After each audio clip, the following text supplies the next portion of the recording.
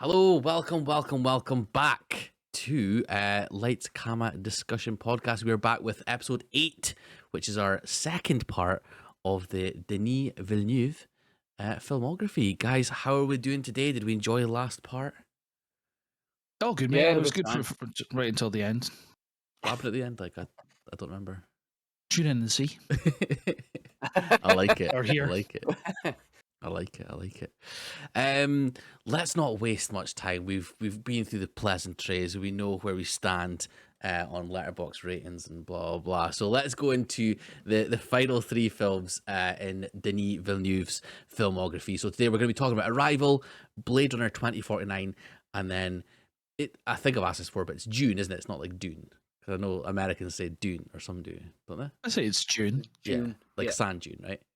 Yeah. I think we spoke about this on our Oscars one, but yeah, It sounds June. like the month though. Yeah, it does. Yeah, and of course June 2 will be coming out relatively soon. June soon, March 1st, I think it is. March 1st. March the 1st. Yeah. Perfect. And there's a certain actress in that which I can't wait to see.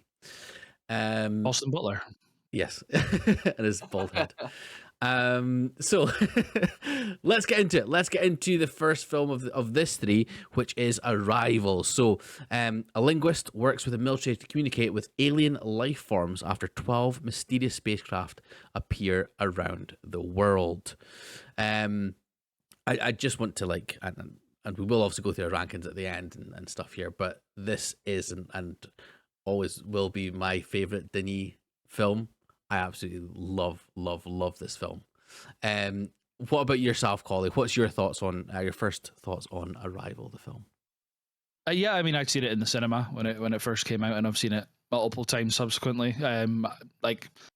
It's really hard to rate all of his films, I would say. But for me, there's like a top 3, and then there's the other ones, and this is probably like number 4 out of 6 for me, even though it's a 9. It's a 4.5 star on Letterboxd for me.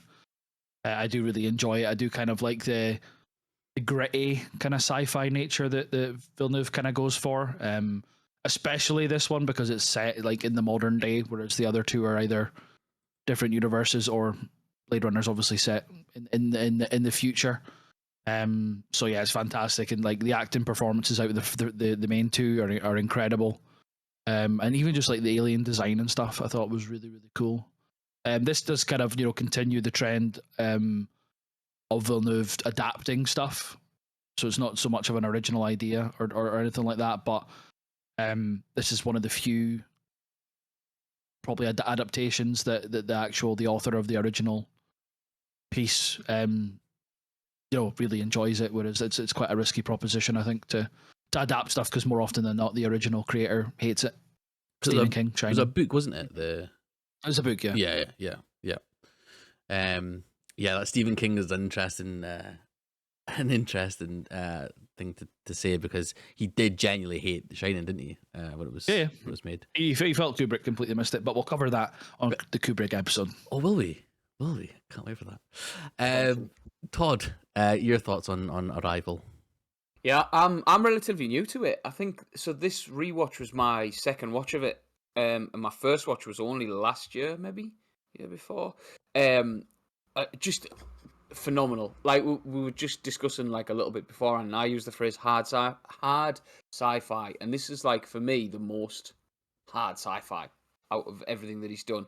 But I think to mix that with the sort of the emotional story between the about the daughter and stuff, I just thought it was phenomenal. Like you say, performances all over the place. Like you say, from the main 2, Forrest Whitaker in everything is fantastic, and I know we'll touch on him in a bit more sort of detail. But yeah, absolutely brilliant, and I think the alien design is a big part of it.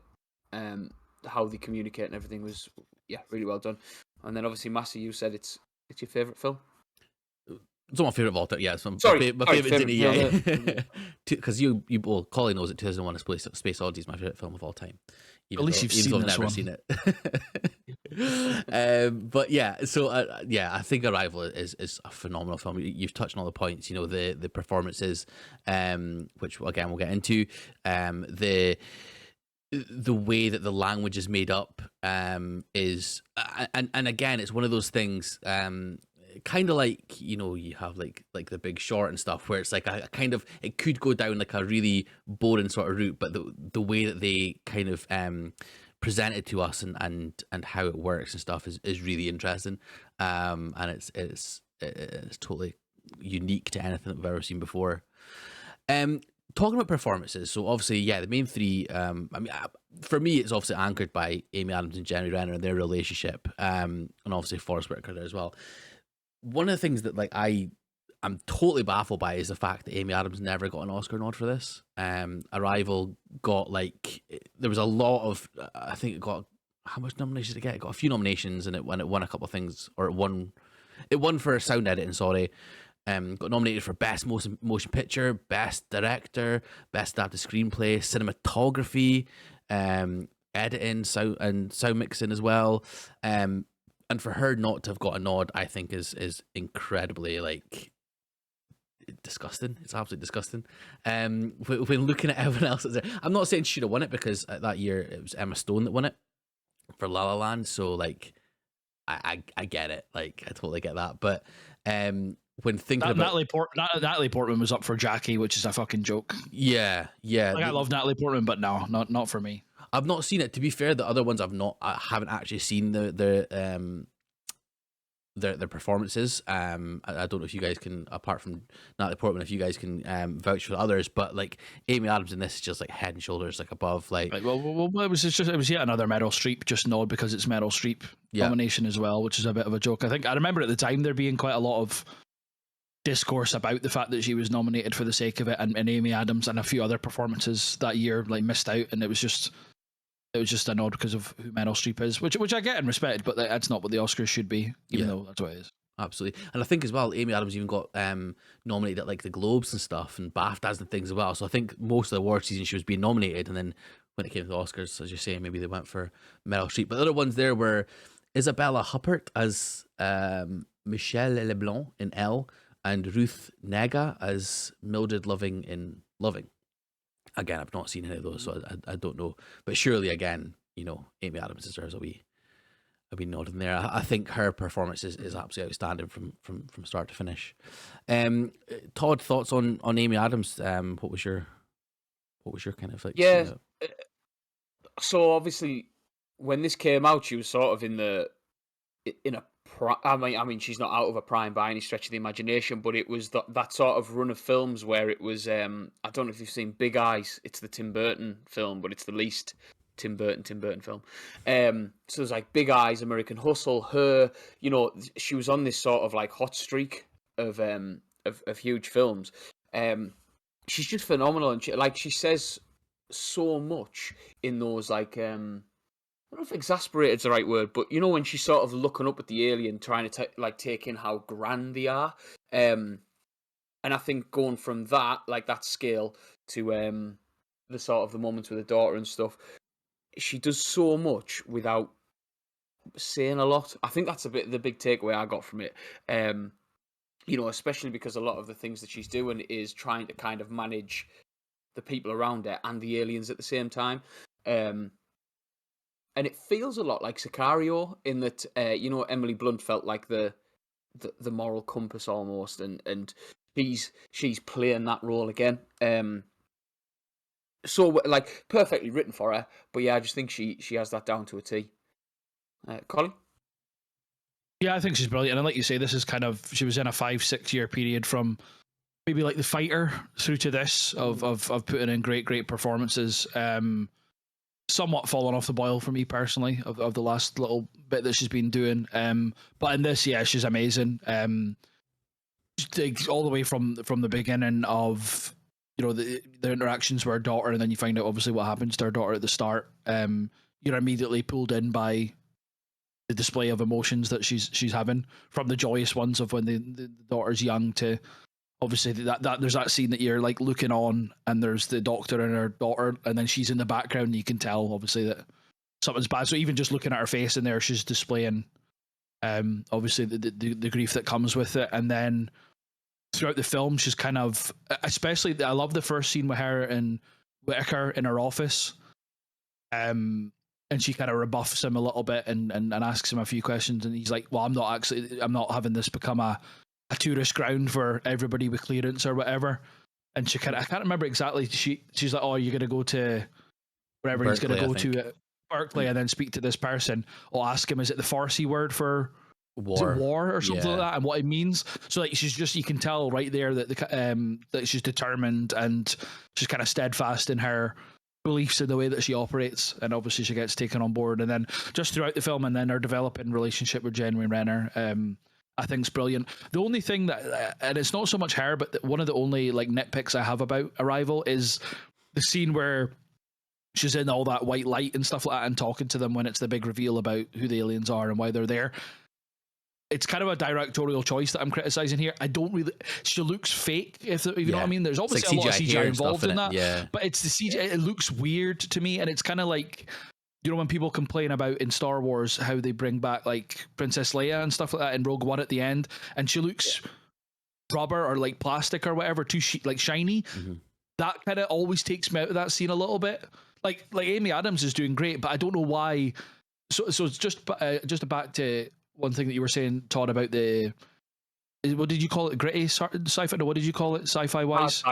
Hard sci-fi. So there was a bit on IMDb. It's dirty sci-fi is what cinematographer Bradford Young and Villeneuve call it, and they describe it as this was happening on a bad Tuesday morning, like when you were a kid on the school bus on a rainy day, and you dream while looking out the window at the clouds. So it's that kind of, and the whole film's like that. And then I get that it has to be a bit ethereal and over the top and stuff, but it just kind of completely disconnects it from me for a brief period. It takes me out of like being engrossed in the film a little bit. But her herself, that's not a criticism of her in that bit. It's just because when she's obviously trying to process it like lightning fast speed about what they're talking about and what it actually means, and then obviously she's also thinking about like, oh well, if it's time and stuff like that, and then she obviously realizes right at the end, like that scene with her and Renner. And Renner's like, we'll get to Renner in a second, obviously, but when he's talking about like, oh, I was looking up all the time, but you know, noticing you or whatever, I can't remember the quote. But it's just the realization of her like turning around to him and looking at him and being like, oh, I'm the same. And then down the line, it's like, oh, do you want to have a kid? And she's like, yes. And that's her like completely accepting that she's going to be heartbroken at the end of it because he leaves her, and then she loses her daughter, and then he leaves her.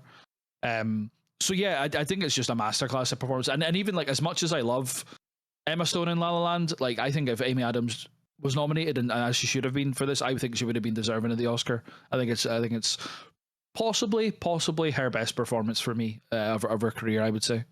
So are you saying you've not seen Dear Evan Hansen? Is that what you're saying?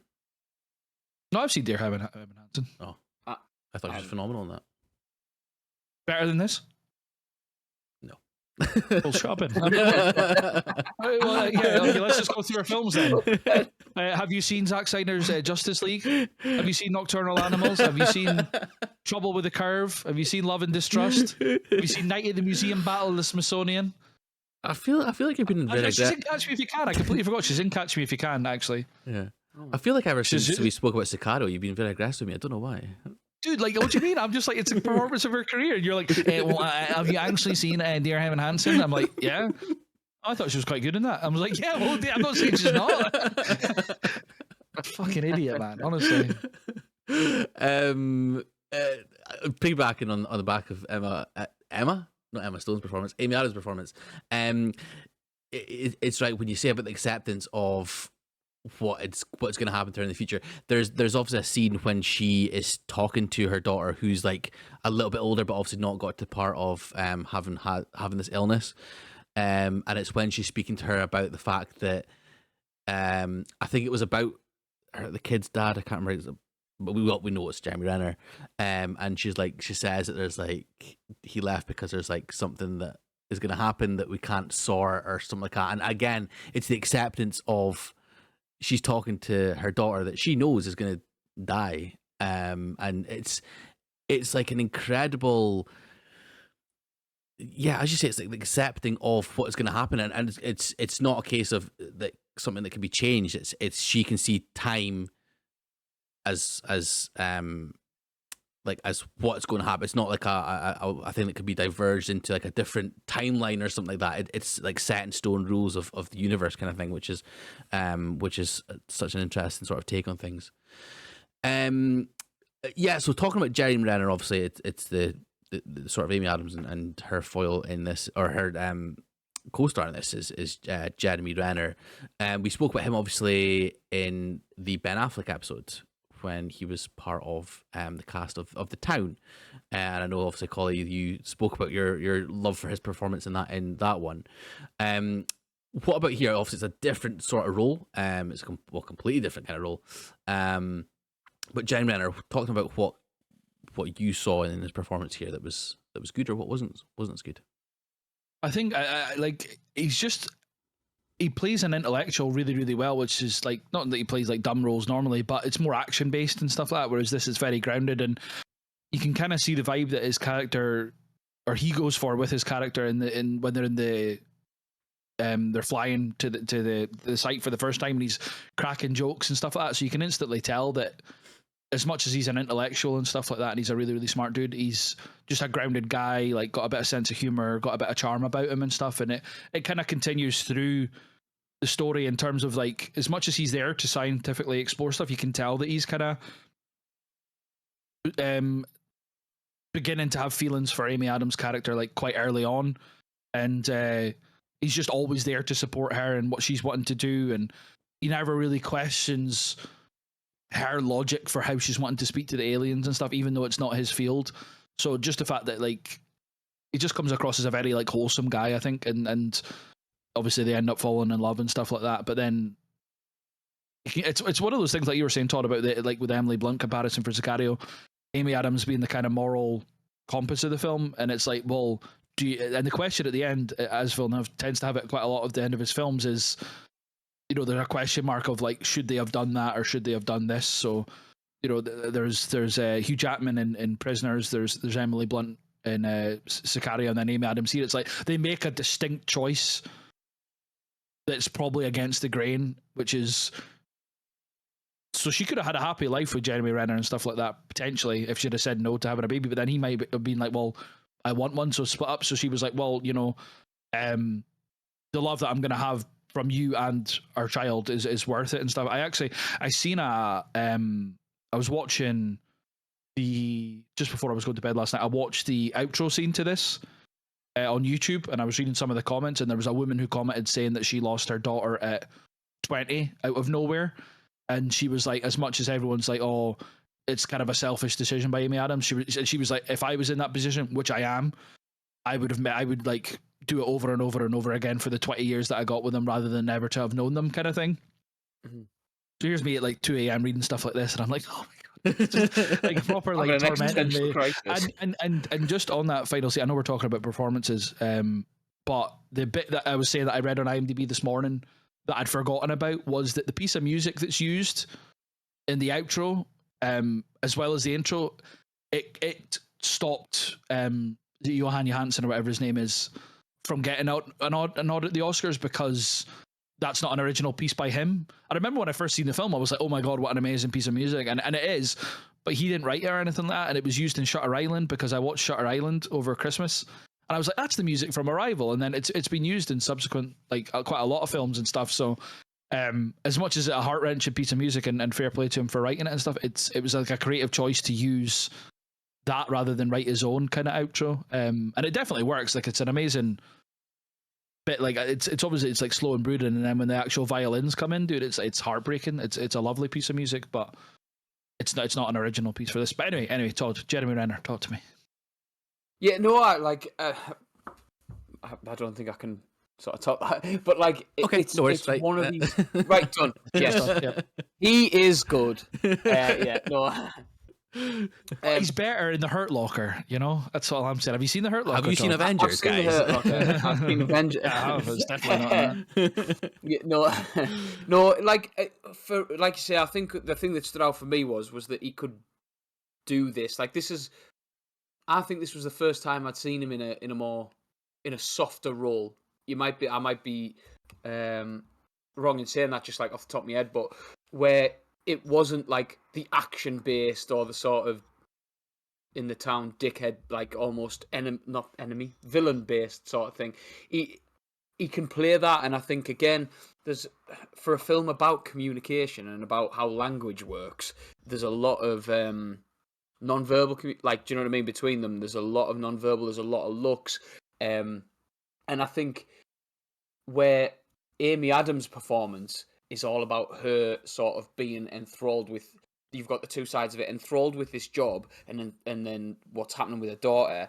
Jeremy Renner, it's all about him like building with Amy Adams, and you can see that from him.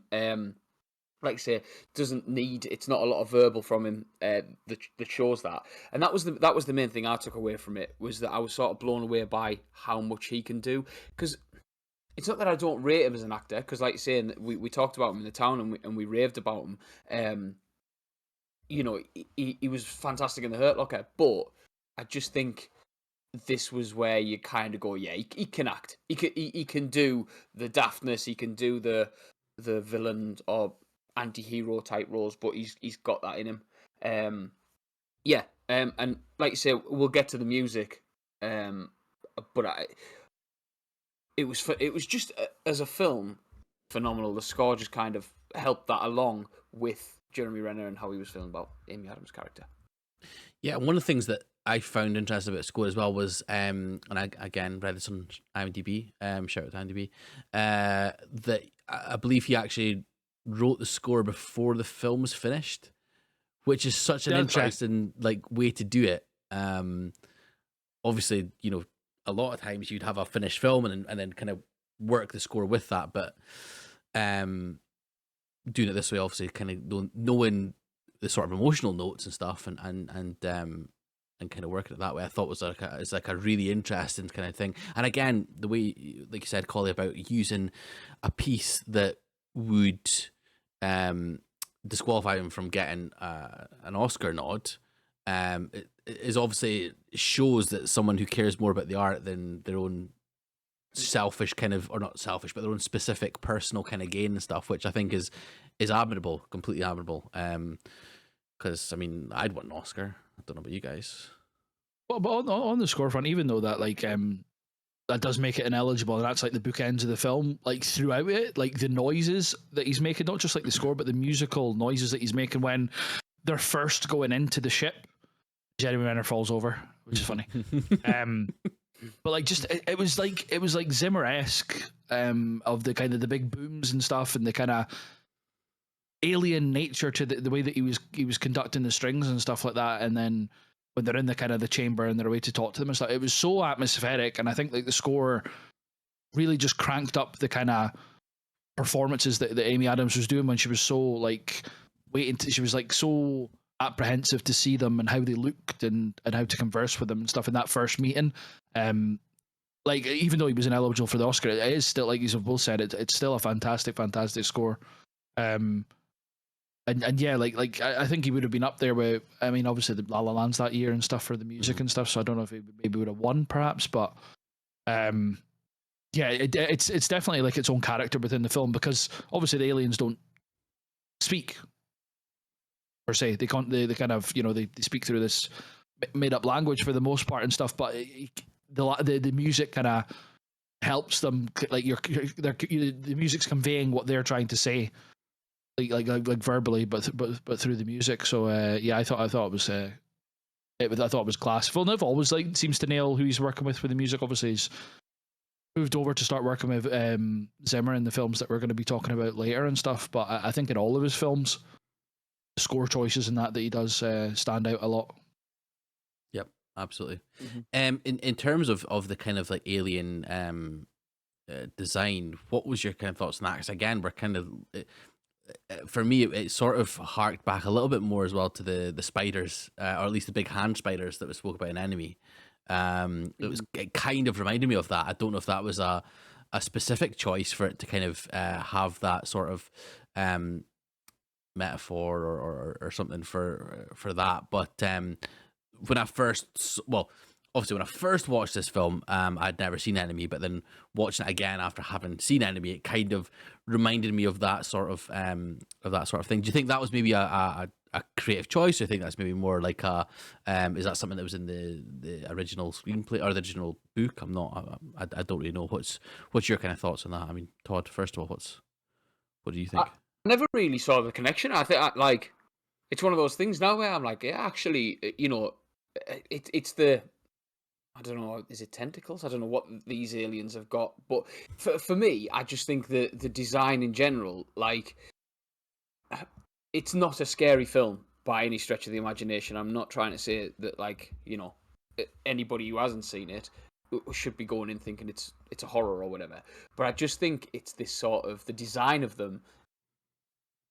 It, they're frightening in the sense that they're so big. Like we've seen alien films, time and time again, where the aliens are the antagonists, and when you have this gigantic, like, I don't know if you've seen the concept art and stuff for them. I know it's not in the film. I know it's not a point, but the concept art is like so close to the actual final design. I just think they're so they could come down and terrorize us, and it's that fear that it brings into us, and brings into the characters that I think's amazing. So yeah, I'd never really thought about the connection between the spiders before. I could totally see where you come from though. But yeah, I just thought it was a brilliant choice to have them as big as they were and as sort of ethereal. I think is a great word to use for them. But like also to not have them in full view the entire time, the sort of fear of the unknown, in that sort of fog behind the glass. So yeah, I thought the design was incredible. Colin? Yeah, pretty much just echoing what you guys have said. I thought they were very unsettling. Like you said, and a lot of that is because they're obscured, and then obviously there's the bit where the tentacle hand, arm, whatever you want to call it, just comes out and goes onto the glass as Amy Adams is putting her hand up and stuff like that. Like I think the design was good. I think it's one of those ones that they don't look threatening per se when you see like what they actually are or that, but when obviously like humans don't know what the aliens are, what their intentions are, that's what they're trying to find out. Of course, you're going to be like, oh, well, this might just be like what these two look like. Maybe there's ones that are actually like a bit more threatening, or how many of them is there even? Because they're like, oh, there's two, but you don't know what's behind that fog or anything like that. So, yeah, I think like hiding them for the start, and then obviously you don't really see them in full until the Amy Adams scene near the end. Yeah, I think it was a great choice because I was going to say that it's not about the aliens, but obviously it is because it's the whole premise of the film. But it's not about how they look or anything like that because it's purely based on how they're interacting with humans through the language and stuff. So they could have looked like anything, whereas they're downplayed a little bit probably with the way that they look, but all the while being very unsettling.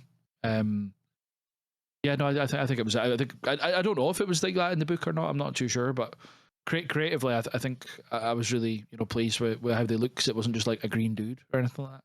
Yeah, the guy from the Looney Tunes, the Martian, was it him? Marvin the Martian. Yeah, or the aliens from The Simpsons. Yeah, Well, the Kang. glowy light around them and stuff. Yeah.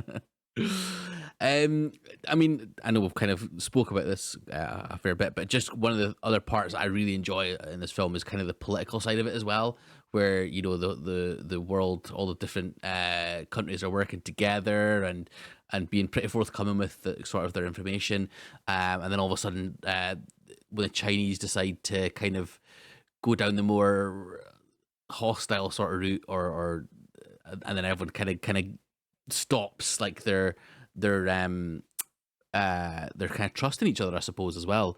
I thought that was a super interesting part of it as well. And then of course, when we're coming to the end, and again, when I first watched it, I didn't quite get it, but the use of Amy Adams finding out his number after it happened, his telephone number after it happened, to then tell him his wife's last words again that she found out after everything had happened, to then go back and do it. What I thought it was mind sort of like melting at first, but the more that I watched it, the more I think I watched like maybe 4 or 5 times now, the more I've kind of like being like, yeah, that's like such an interesting resolution to the whole conflict with the Chinese and the hard up kind of military leader sort of guy. I mean, what did you guys think of that sort of the sort of storyline and the way that went. Did you find that hard, or at least your first couple of watches, did you find that hard to kind of go with, or what was your kind of thoughts on that, Collie? Yeah, on first watch, like I didn't really fully grasp. I was like, oh, so see, like, so you're just kind of sitting there trying to piece it together while watching the movie, whereas like analyzing it after, it's different. Like I remember trying to YouTube stuff at the time, of like, oh, how, like, Arrival ending explained and stuff. And it wasn't until subsequent watches that you kind of click with what's happening. But I thought it was an interesting way. It's not a way that I would have guessed or predicted. Because like all the time you're just thinking like, oh, prior to all this, like she's went through the heartbreak of losing her daughter, and then you only find out like in the last third, if that it's not happened yet. It was a proper like, oh shit, like kind of moment. So I think it's a good creative choice. Obviously that's coming from the book and stuff as well, so it's not exactly a Villeneuve like original or that. But I think like the way it's conveyed in the movie with the conversation between the aliens and Amy Adams, like I say, like that's the only real critique I've got of the movie, is like how that scene looks, perhaps, but the kind of content of that scene is really important and really well conversed over and explained to you. And then, like I say, that final montage when they're looking up to the ships and stuff like that, or the ship, and they're talking, then it's obviously interlinked with it's cutting back and forth to the interaction with the daughter, and then Jeremy Renner being revealed as the dad, kind of thing. Yeah, I thought it was kind of a good closure to the film in that regard, that it kind of came full circle, pun intended, because of the language and stuff. But it ties everything very neatly together at the end, I thought. But it was one of those ones that it not on first watch did I really understand it, and it was only through reading explanations and watching explanations and then subsequently watching that it kind of clicked a little bit more, which is fine. Like I don't mind films like that you have to go away and think about. Films don't have to be clear cut as to what's happening then and there. Absolutely. Todd? Yeah, just straight in off what Collie said there. Like, there are films that I like to watch where I just put them on. I know what's happening. It starts at middle, end, done. But like, yeah, to have a film like this where you've got it, because I'll be honest, I try not to read things after, like we've talked about this in previous episodes and stuff, where like we've shared articles and things. And I'm like, right, I'll read it after we've recorded. I'll read it after we've talked about it, type thing. But with the plot for this, I didn't want to miss anything. So after this, because like I say, this is only second watch. I went and read about it and stuff, and there was bits I think I missed. I should have probably written those down. But yeah, I think it's well told, and I think it's. Do you know what I mean? It's not a sort of a mishmash. The best example I can give is a film called Primer, which I've whinged about a lot. It's just maths. It's just maths for 90 minutes. I fucking hate it. And like, even on reading, I think I've watched that 3 times. I tried to watch it 3 times now. Like, even on reading, I was just like, what the fuck is this? Mm-hmm. Where like you can see the things, you can see that it's for Arrival. You can see that it's parts, the sum of its parts, and you can kind of put that together. I'm looking forward to a third watch now. I feel like I know what is completely going on. But even something like Tenet, which I really enjoyed, where there's a little bit more sort of, backwards and forwards, and it's a bit more complex. This felt like not paint by numbers by any stretch of the imagination, but really well told. Mm-hmm. Yeah.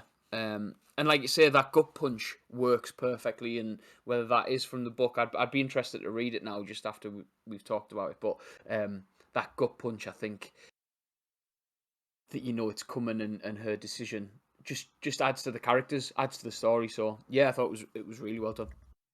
Excellent.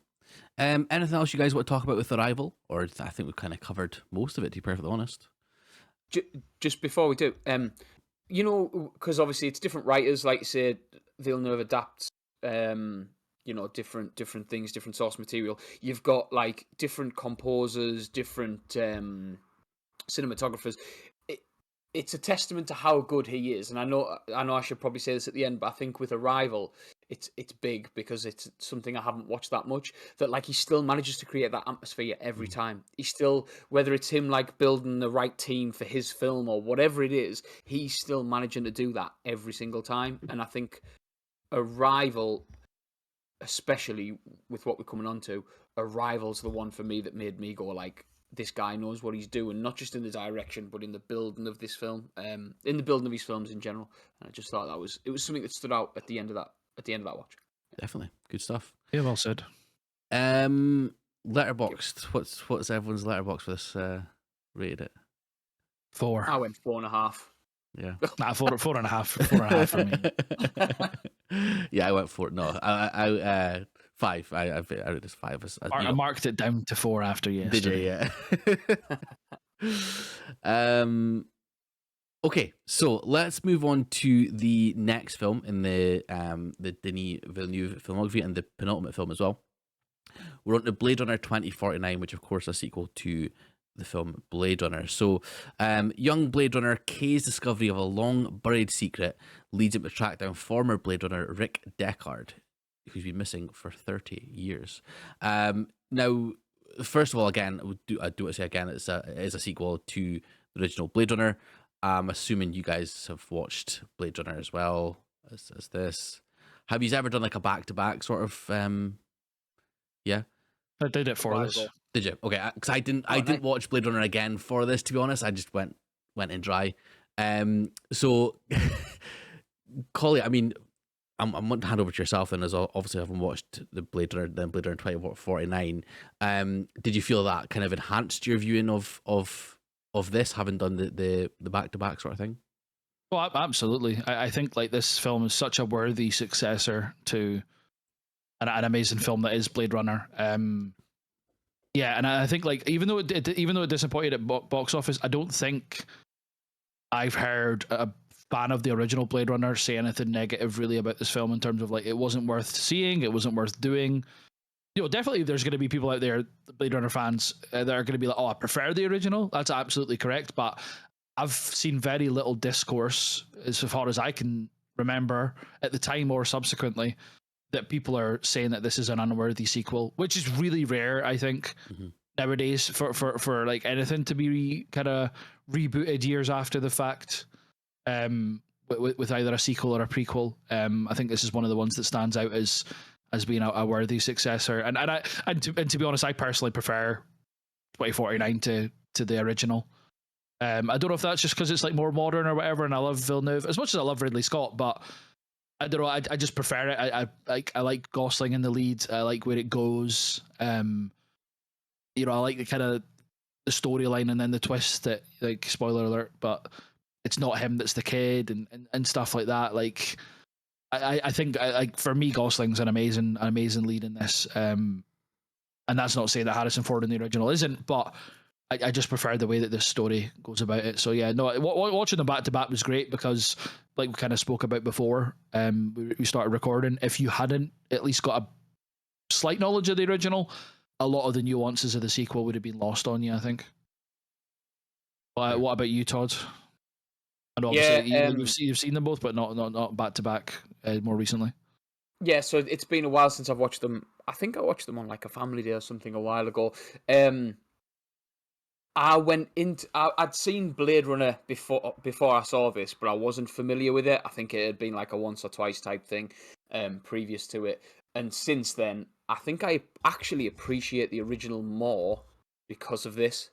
But I'm with you. I think it's a better film all around. I get what you mean about maybe there is a bit of like modern bias to it, where I'm like, well, because it's a newer film and Ryan Gosling can. For me, I can do no wrong. The guy is just, and I know we'll get onto him. I'm not going to talk about him too much. We're just doing general film overview. I'm desperate to talk about him and that jacket.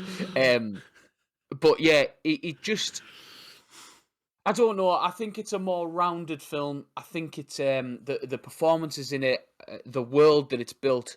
Obviously, because we've got the technology, but CGI can be done so badly, and we've had neon cities before, and we'll have them again.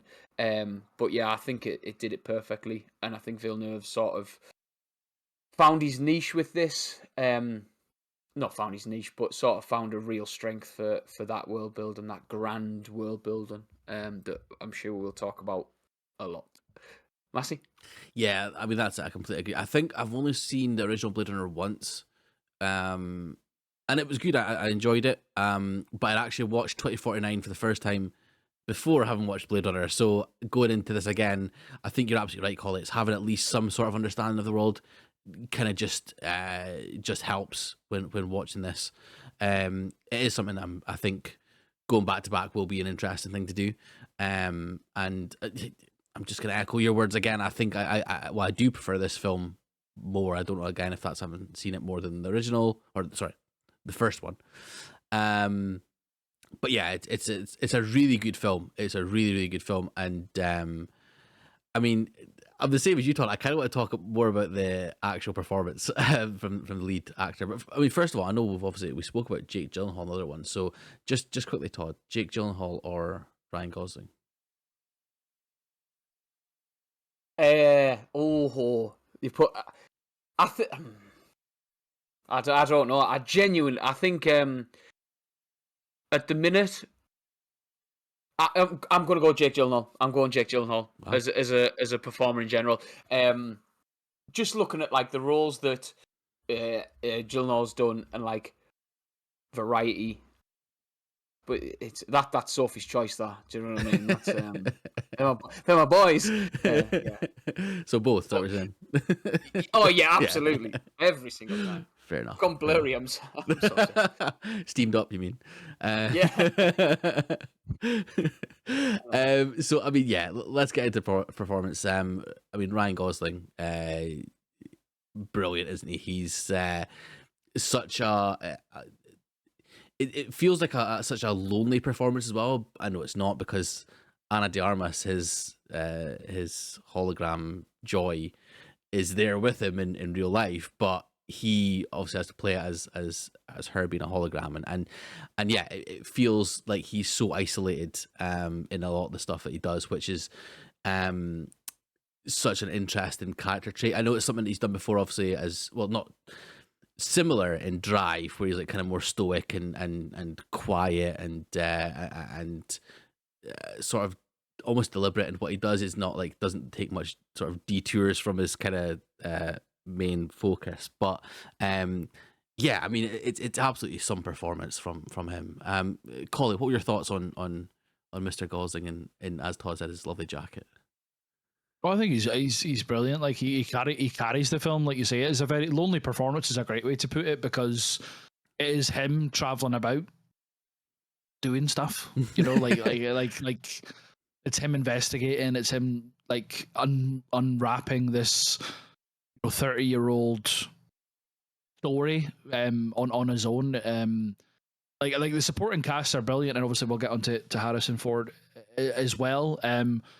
But yeah, just his interactions with Ford when he meets him eventually in Vegas and that, I think are really really good. But it's the emotion that he displays again, because you can see that he feels that he's the answer to the story, an answer to the riddle, and then when he finds out that he isn't, the devastation that he feels, like you can see that on his face. You know, obviously, like he's just you really really feel for him in that regard. But yeah, it is very similar. It can be compared to Drive, because he's, you know, a man of few words, I guess you could say, and a lot of it's internalized, which in itself is a really probably difficult thing to do as an actor, is to kind of show a lot but not say a lot.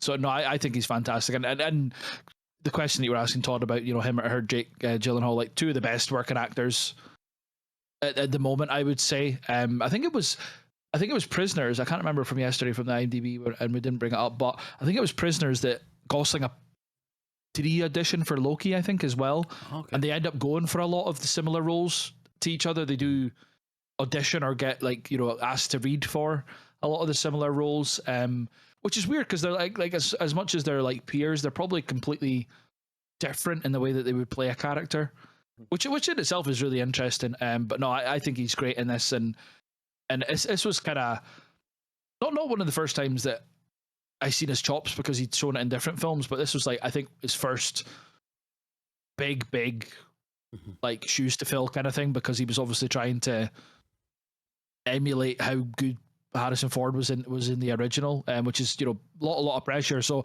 I think he is one of the big reasons for me, and I'm sure for you too as well, why this film is as good as it is, and why you perhaps prefer it to the first film, the original film, because you just prefer the way that he portrays this main character compared to how Harrison Ford does. That's it for me anyway. And that's not against like how Ford plays Deckard in both films, but I just find Kay a bit more intriguing. Maybe I don't know, but no, I think he's great. Todd. Yeah, like you say, he's one of the best working actors at the minute. But I think just looking back through what he's done, he's got such variety in terms of he plays the suave very easily because he's a charming guy anyway.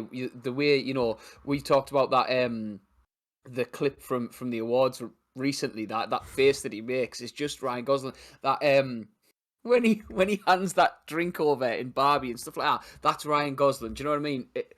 But he plays a variety of roles so well. He's not pigeonholed, and if you look at there is a run after like where it's like The Nice Guys and Drive, where he's again cool. I suppose Nice Guys, he's not cool at all. But like if you go back and like Lars and the Real Girl, there's a film. Have you seen The Believer?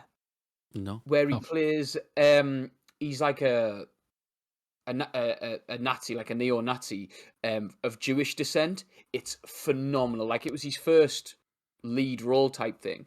To see him from that to this, like you can see he's always had the chops. Do you know what I mean? But I do think this was the film where I was like, oh shit, Ryan Gosling's an actor. Like he really knows what he's doing.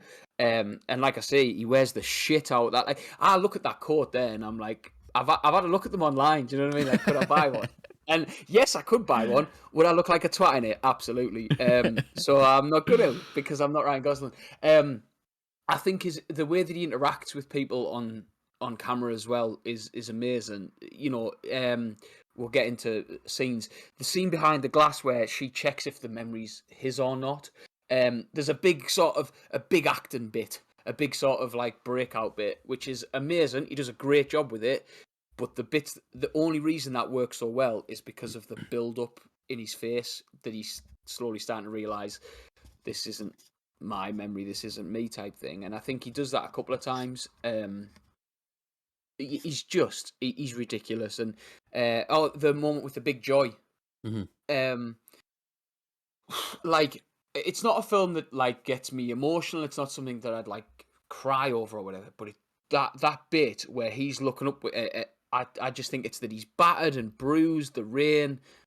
But again, it's his eyes that really do it.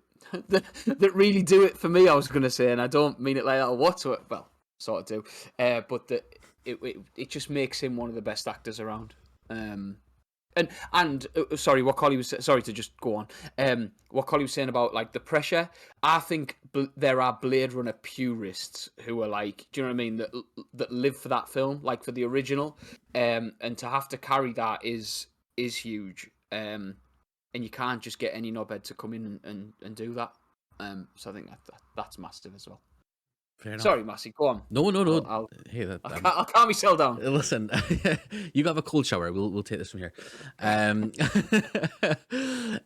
Yeah. So I mean, it's fun. It's kind of funny seeing Harrison Ford back in this. Harrison Ford's always one of these guys for me that like he does what he does, or he's done what he's done,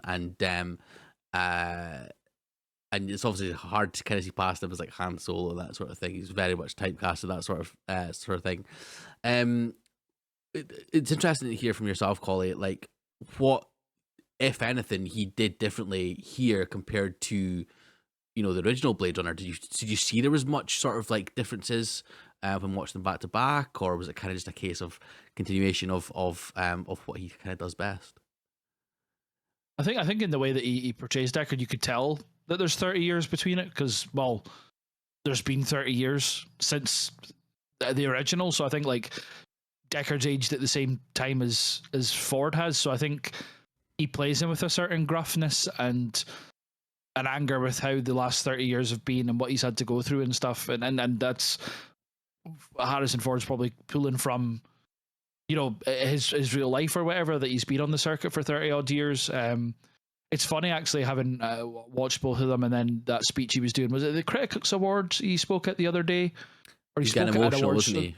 and he was getting very emotional about, like, you know, how he was surrounded by this really talented acting room, and he was kind of very reflective on his career, which was nice to see. But yeah, I think, like, it's weird that the Deckard performance and this performance, there is the age-old question of, like, is Deckard a replicant or not? Like, that's what the question comes from the original, and is subsequently kind of, this kind of ties that up, I guess. Like, it kind of solidifies one theory behind it all. But I think he still plays like, I'm trying to think of the word. It's like disconnected or something like that. He's there, but he's not there, kind of thing. But his interactions with Gosling and the fight that they have and stuff like that in Vegas is amazing. And just talk about their relationship, like, off screen. That is it, Alison Alison Hammond. something or other. Yeah. That interview when she's offering them whiskey and stuff like that, and she's laughing, and you can just tell that, like, even though he's in the media and his public persona is that he's a grumpy old man, which is probably justified to an extent, as I would be if I was his age and stuff and couldn't be arsed with people. But the banter that they have with each other, I think, like, you can tell that they really clicked when they were, like, some of the scenes when, are they sitting at a bar in 2049, or when they're actually discussing, like, what he's been up to and where he's been and stuff, like, just that conversation has a lot of weight and grandiose to it, which just shows how good they are. Like Gosling doesn't outshine Ford per se, and they don't. Ford doesn't outshine Gosling, even though he's far more of a kind of established actor and a far more seasoned guy. But I think they just bounce off each other really, really well. And yeah, it was just good to see. It was just good to see. Like, obviously, I don't have the memory of seeing Blade Runner back in the day, but I remember first watching that when I was, I don't know, maybe early teens, if that. Like, I've watched that film a lot, and to see him back was kind of a that's class kind of moment. It was the equivalent, maybe not as big, but the first trailer for The Force Awakens that you see in Han Solo on the Millennium Falcon. It's a very similar feeling of seeing him play the same character 30 odd years later. So he's 2 out of 3 for that, because, you know, I don't have that same feeling when I see him in Indiana Jones nowadays, unfortunately. But you know, it kind of stands to kind of respect how much Ford's contributed to cinema for how good he was in both the original and this film. Todd? Yeah. I think he did a class job. It's very easy to sort of wheel out. Like you say, he could have just come out. There was a bit of criticism, I think. I can remember hearing people saying about, like, oh, he's just stuck on a dirty old t-shirt and kind of, you know, stuck him in front of a camera and gone, go on, get your money. But I thought he did a cracking job, and like you say, they weren't trying to outdo each other. But as somebody who, like Ryan Gosling, who's obviously going to be looking up to Harrison Ford as that sort of, you know, we look up to Harrison Ford as, like you say, that kind of all timer in cinema history, and played 3 of the most iconic roles ever, and more, you know, The Fugitive and all that kind of stuff. It would be stupid for Ryan Gosling to try and sort of fight him off the park a bit, but then, in the same sense, Harrison Ford has to know where he's at. He has to know that it's been 30 years since, you know, he was the lead. Yeah, I thought he did a great job. And like you say, I'd be a grumpy old bastard as well if I was wheeled out every interview and having to. I just want to chill out. I've done my bit for Hollywood. I still haven't seen the new Indiana Jones. I will watch it. I haven't heard good things, but I'll watch it. Just no, Don't do it. Makes Crystal Skull look good. That's all I'm saying. Oh wow! I fucking hate that film. I'll do a collie. I'll put it on one monitor at 2 times speed and play games while it's on, and then be like, right, I've watched it, and it was shit. But yeah, he was class, and like you say, it's that kind of, it's the box office draw.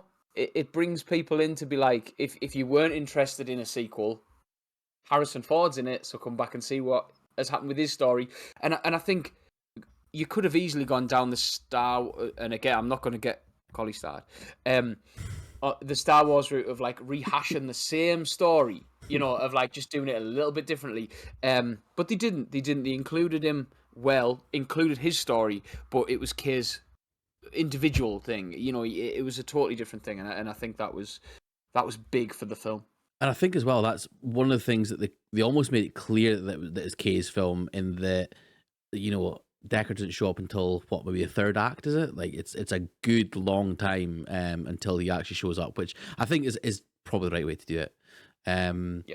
But yeah, as you say, they could have went down like a Star Wars Rise of Skywalker thing and said somehow Deckard returned. You know, like that. I think that would have made more sense maybe in the whole storyline and stuff. But I suppose we'll.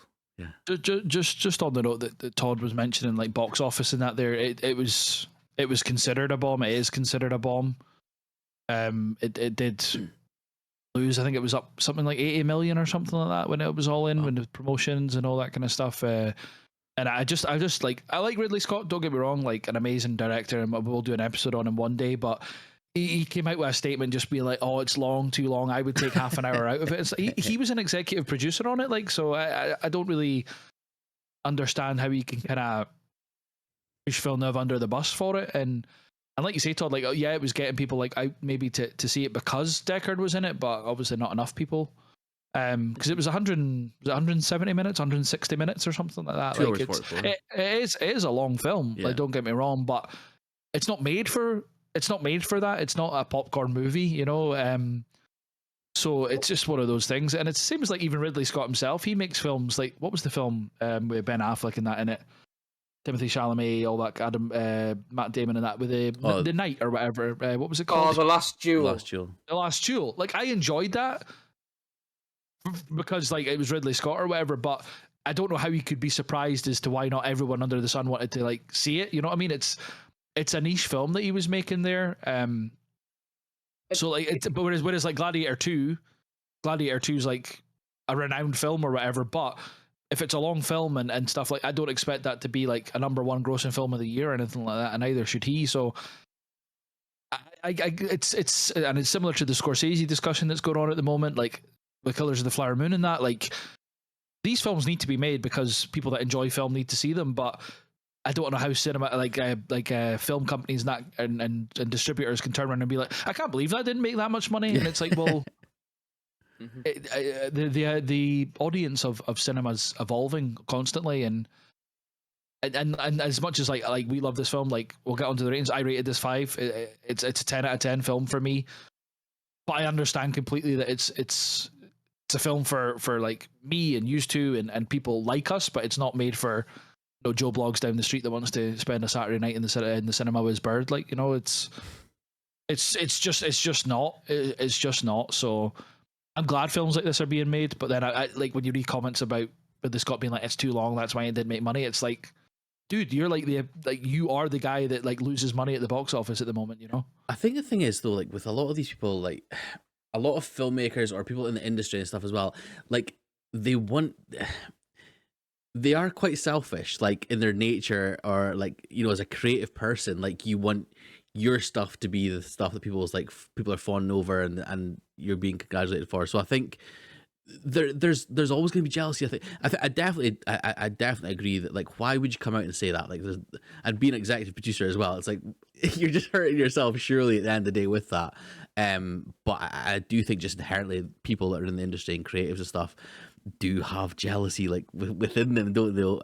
Over other people's work, which is it's a human trait, I suppose. The thing is, I'd even put out there that if Ridley Scott was to make this sequel instead of Villeneuve, it wouldn't have been as good, in my opinion. Probably, like, just with where Ridley Scott is and was, like, I just think like Villeneuve like took so much deliberation over this. It like you read interviews that he talks about it, and it fully consumed him the whole time he was developing this. Like, it's like some directors obviously like Nolan and that do that as well, but other directors would be like, oh, this is the film I'm working on, but it's not going to take over my life. Whereas Villeneuve was like determined to make this, you know, his film, but also, you know, very, very like respectful of the original and stuff. And like, we're all going all the way back to what we were saying about Gosling and that, like, you know, to take that on your shoulders he's got huge balls. Definitely. And I think Mendes. I think you're right as well. Like using the word deliberate, taking it as like a deliberate, like sort of like move in in Denis' career. You can even tell that in like things like the pace of the film. You know what I mean? It's a very, it's a slow paced film, but it's very deliberate in what it does and where it gets to and stuff as well. So, yeah, I think that's a very good I way wouldn't of say it was putting a it. slog.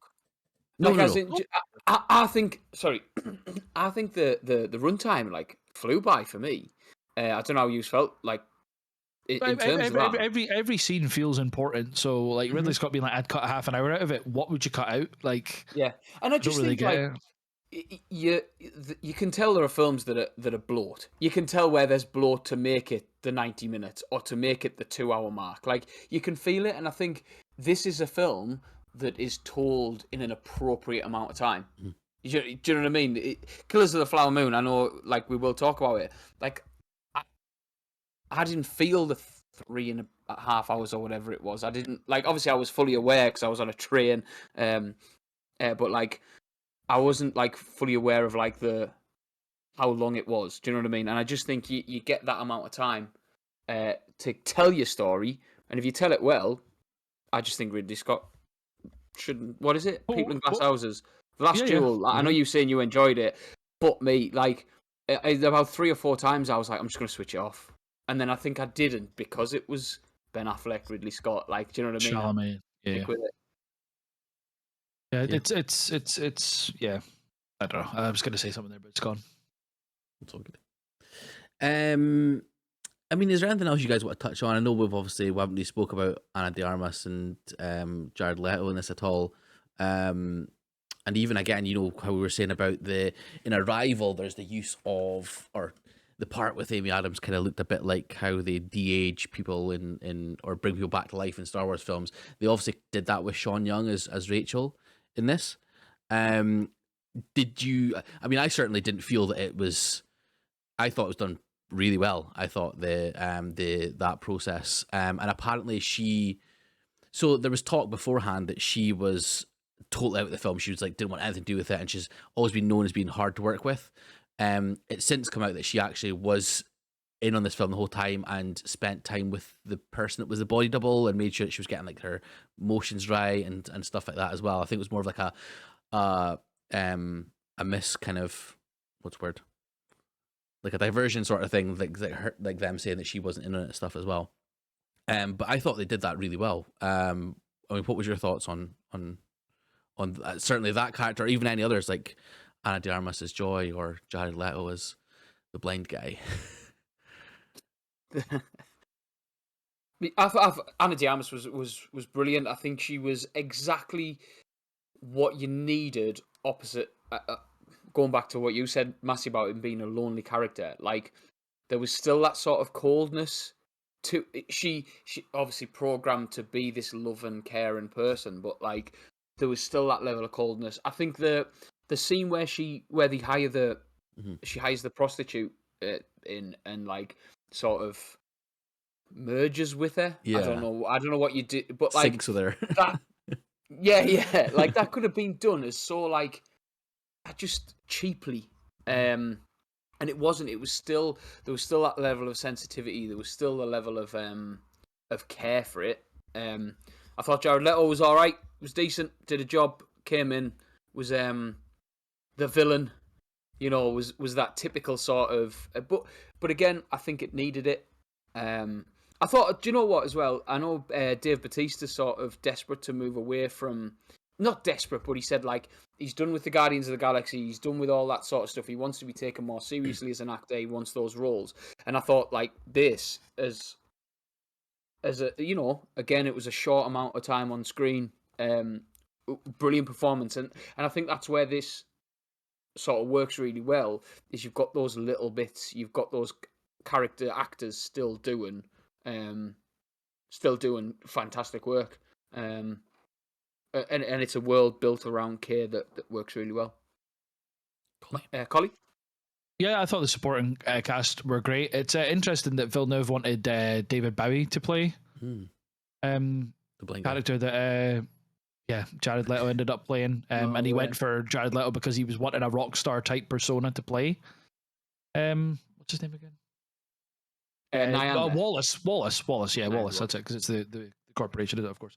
Mhm. But no, I thought he was brilliant. Anna de Armas was great. I thought Robin Wright was really good as Kay's boss, and also Love, the kind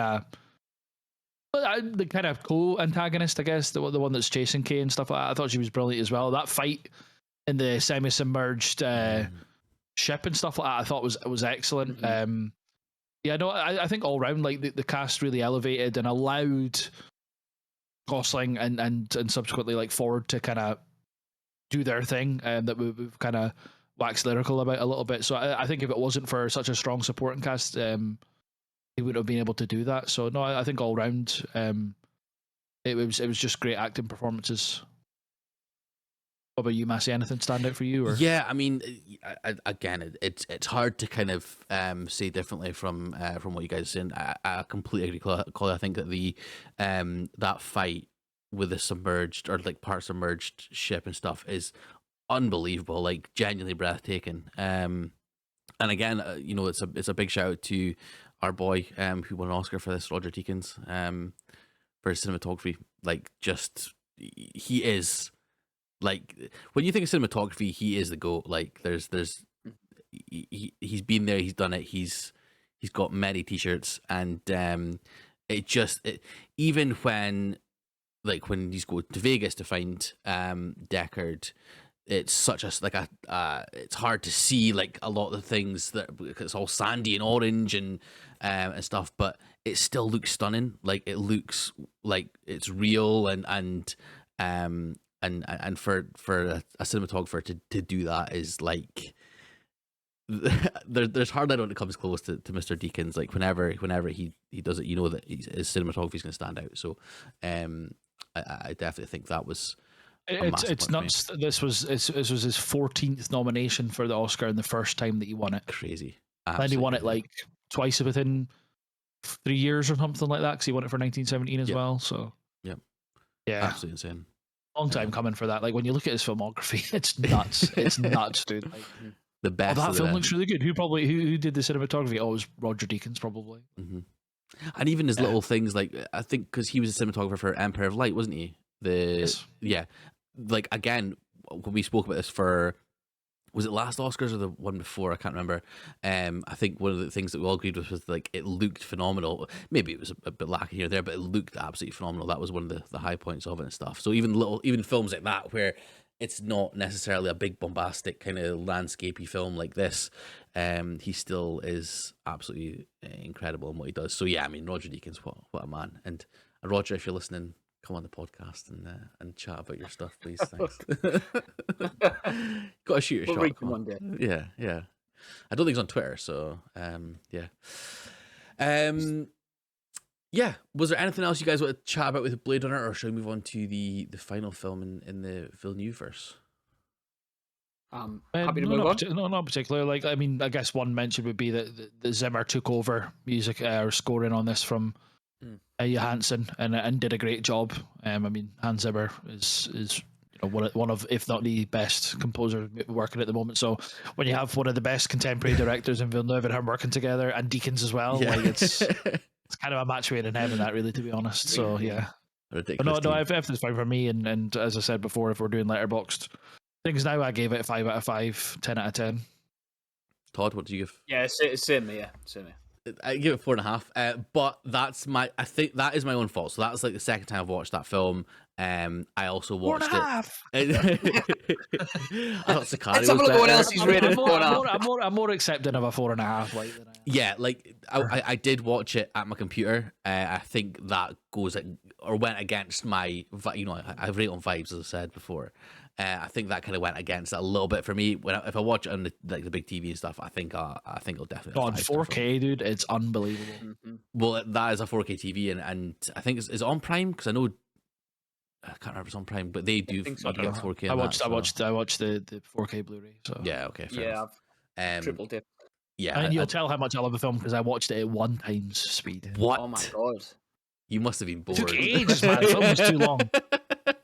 Maybe Ridley Scott should have watched it at 1.5 times speed, and he would have been fine with it. That would get him back the half hour that he feels he should have cut out. Okay, so we're gonna move on to the like I say the final film in the Villeneuve verse. So it's Dune, or Dune Part One. Um, a noble family becomes embroiled in a war for control of the galaxy's most valuable asset, while its heir becomes troubled by visions of a dark future. So we have spoke about this film more as a kind of like overview as such when we did the Oscars. The Oscars. It was a stream, wasn't it, that then put on YouTube, the Oscar stream, where this was nominated. And we kind of touched on bits and pieces, so we're going to kind of dive a bit more deeper into this. So we've obviously all watched this before. I'm sure you guys have probably watched it a couple of times. But yeah, I mean, thinking about and as you spoke about, you said a couple of times, Collie, is things that Villeneuve has adapted or at least kind of added on to, or things. This is also, of course, the second, or no, third, I think, isn't it? They've done a Dune TV movie or something as well, I think. But this is like another go at making Dune. Of course, the last one was what, 80s, wasn't it? Early 80s. 81 or something like that. Yeah. So thoughts on Dune then. What was your kind of first impressions? I'll go with Todd first of all. What was your Yeah, it's a phenomenal film. I do think it, because it is, which is a ridiculous, but it feels like a setup. Do you know what I mean? I think this one is the sort of it was a necessary thing, because I think number 2 is going to blow everybody out the water. I do think it's going to be that sort of film of the year. Again, I don't know a lot about it. I'm just kind of like spitballing on what they've sort of built, the characters around it, because I think performances, even down to like the CGI, everything in this film is fantastic. But the more I watch it, and we'll get to ratings at the end. I don't like. I'm not saying it's a bad film by any stretch of the imagination. It's amazing, but it doesn't have the same effect as it did in the cinema. And I think having that sort of on that grand scale. So like I watch it on the telly, on the big telly in 4K and stuff. It's like I say, fantastic film. I just think it's sort of setting something up that's going to be much better. But yeah, performance is great. I think some of the CGI could have been done very poorly. And I think there's some interesting choices in terms of like, because like you say, we've already had 2 iterations of them, which I've not seen. I haven't watched the previous versions of it. I don't know if you have. But yeah, it's not something I'm fussed about doing. But some of the design choices, like Skarsgård's big wormy body, just fantastic. Have you seen Weird. the Lego figure of that? They're releasing a Dune like Lego set, and they've got him, No and way. it's just a tiny figure on like 10 blocks of like black blobs. It's so funny. You should look it up, dude. It's hilarious. Oh, that's good. Collie, I think you nodded there. You've seen the original. I've seen the Lynch's one. Yeah, Yeah. It's batshit crazy, that film. Like, you should watch it. Like, it's what I would do. Actually, I would watch it after part 2. Right. So you don't really know anything about like what's going to happen. If you don't know anything that's going to happen in part 2, then don't watch it yet, because it would spoil stuff. Because that covered both, like, right. Yes, Right. Yes, I believe so. Okay. Yes, because there's obviously like loads of sequels and stuff, books wise. Like, it is a whole universe kind of thing. But yeah, I'm kind of gonna completely echo what Todd says. Like, for me, this is an amazing film. Like, performances, the way it's shot, like music, like just everything about it is like S tier. Like, some of the best cinema going. But I think it'll be a 10 out of 10, a 5 out of 5 for me, because it's a 9/4.5 now. When the sequel comes out, I think it'll be a 10 out of 10 when you know that it's worth it, if that makes sense.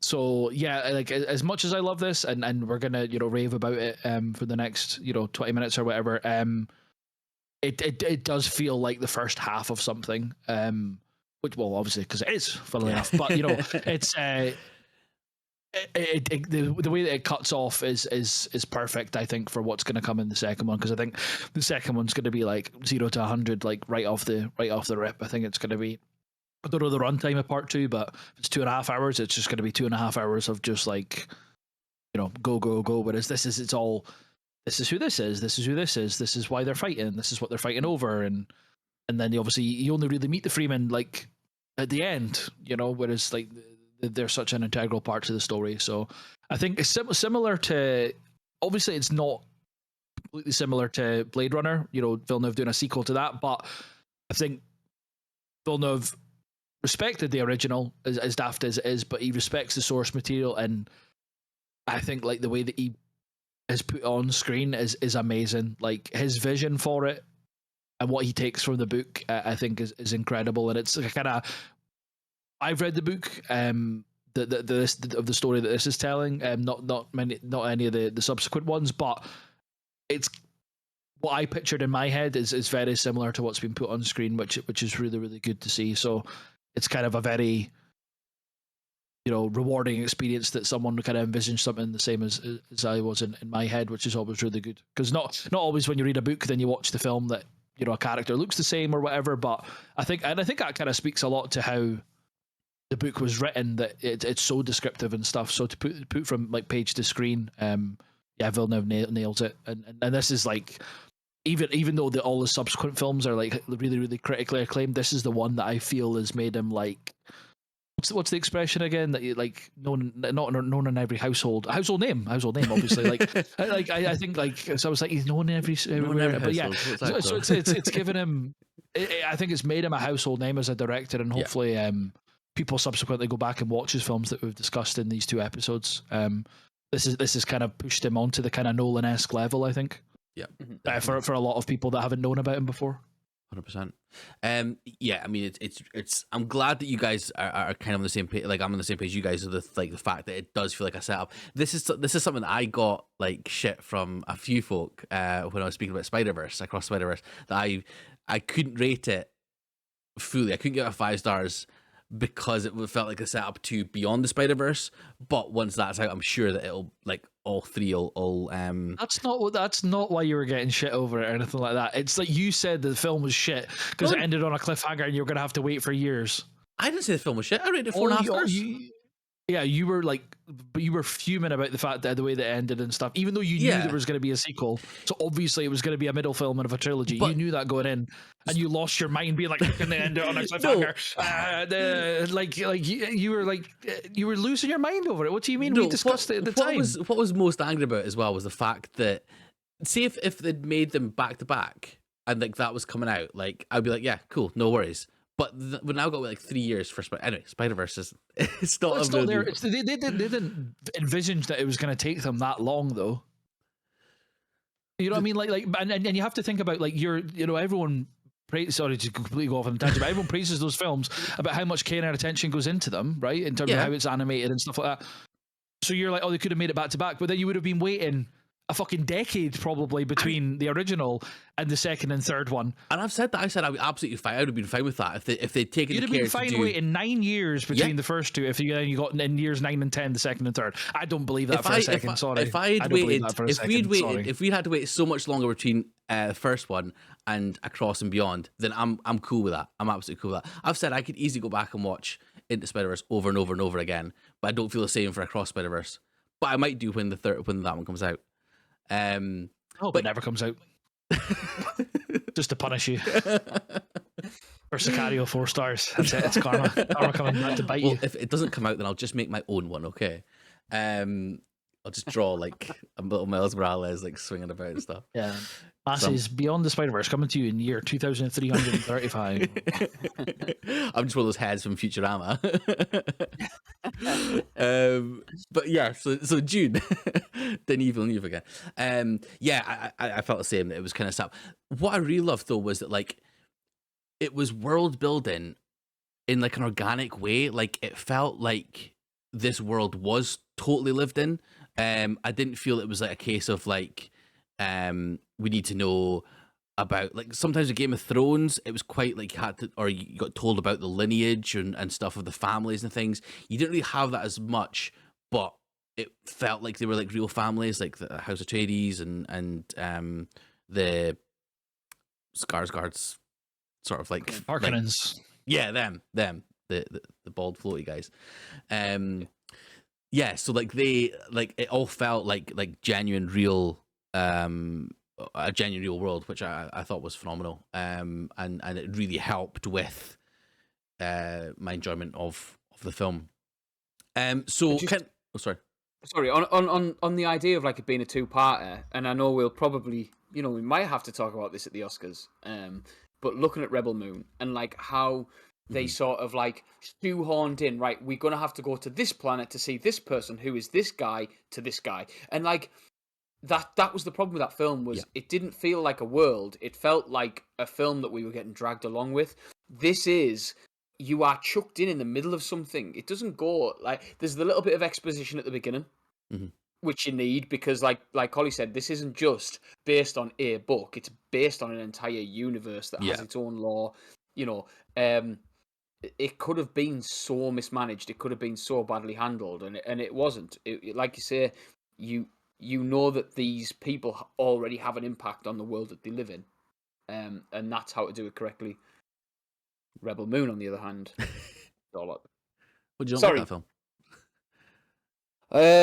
I might have to give it a rewatch. The accent work in it, that's something.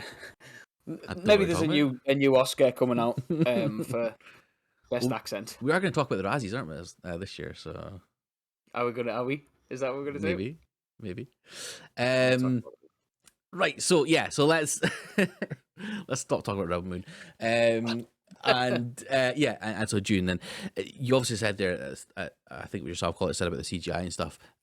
Like for me, again, it comes lately on in the film, but the sandworms, like that is like some of the best CGI or visual effects that I've ever seen. I think they are unbelievably realized in live action in a film. Was there any, was that interesting to you guys, or was there any other parts that you thought were really well done, like cinematography or effects wise, or anything like that? Was there bits and pieces that you want to talk about, Todd? Yeah, the crafts for me, like the ships. I think on such a large backdrop, to have these ships with such like intricate moving parts, like the wings, like almost like a dragonfly. Yeah. Yeah. That could have been done badly, but they blend in perfectly. I think the sandworms, like you say, like the scale of them and the sort of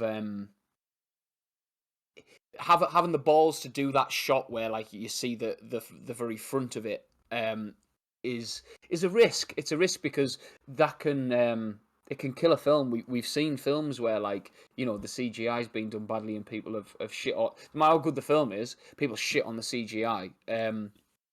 Yeah, so in terms of effects, but just going back to Baron Harkonnen and his dress, like at first I was like, what the fuck's this? Like it was a bit silly, but when he gets up to the top and he's so imposing, and like that worked really well. I found the picture of the minifigure. It's phenomenal. And somebody on Instagram has said, shout out to Lego for going so hard with the Baron. He's literally about 6 minifigures tall. It's absolutely ridiculous.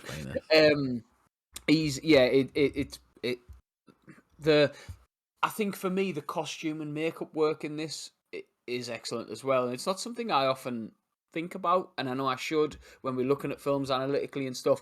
But things like the bits like David Dasmalchian with just and it adds to that world, like you say. It's that world building of going, why is that there? Is that part of his actual face? Is it something ceremonial? Like and I think, again, some of its parts, this film is phenomenal. When I was saying about I didn't feel the same as the cinema, it was literally a little bit of like, oh, it's not as grand, but it's still a phenomenal film in every aspect. But I just think the CGI needs a bit of focus because it's done so well. Feels like, have you seen how Fincher does CGI, where like it's like he fills bits. It's not like he doesn't do CGI backdrops. He just fills bits, and I think in a film that could have just been CGI Fest 2020, whatever it came out. Like, it isn't. It's done really well. Collie, I don't know if there's any. Oh, it's an amazingly shot film. So it was announced obviously when who's directing it, who's in it, and stuff like that. Greg Fraser was going to be the cinematographer for it, and he was a cinematographer for Rogue One, which I would like for me is one of, if not the best shot Star Wars film. So when the guy behind that's going to be the one that's going to be shooting Dune, I was very very looking forward to it, and he even surpassed my expectations, which were very high. Just some of the overarching shots of like the kind of the depot where they've got all the cylinders for keeping the spice. Mhm. And then there's obviously the big battle at like nighttime, but it's like all dusty, obviously, and the ships are blowing up and stuff like that. Like I thought none of it looked like fake or like not real or anything like that. You were talking about the ships earlier. Obviously, the bit where they're out flying and then they see that the big thing that's getting all the spice in that going. The one that flies in for it and like and the anchor breaks and stuff like that. Like it's just an impeccably shot film. It's as if it's all. I didn't see like one weak point of the CGI. So yeah, just overall arching out of how the film looks, it's stunning, and even the closer up stuff, like the choreography when they're fighting in the hallway and stuff like that later on. Just that tight like corridor shots and stuff like that were really really well done. And I love the creative choice to show the shields how they are. That if you hit them hard and stuff, like they're blue. And obviously, if you go slow, they're red. And I know that conveys how the fight's going, and they're damaged or whatever because their shield's gone red or whatever. I thought all that kind of creative choices were spot on. So yeah, absolutely. Like, can't fault this film, at any point of how it looks and how it's shot. Do you not think the sound with the shields as well? Like for me, it just itched in my brain. It was so satisfying.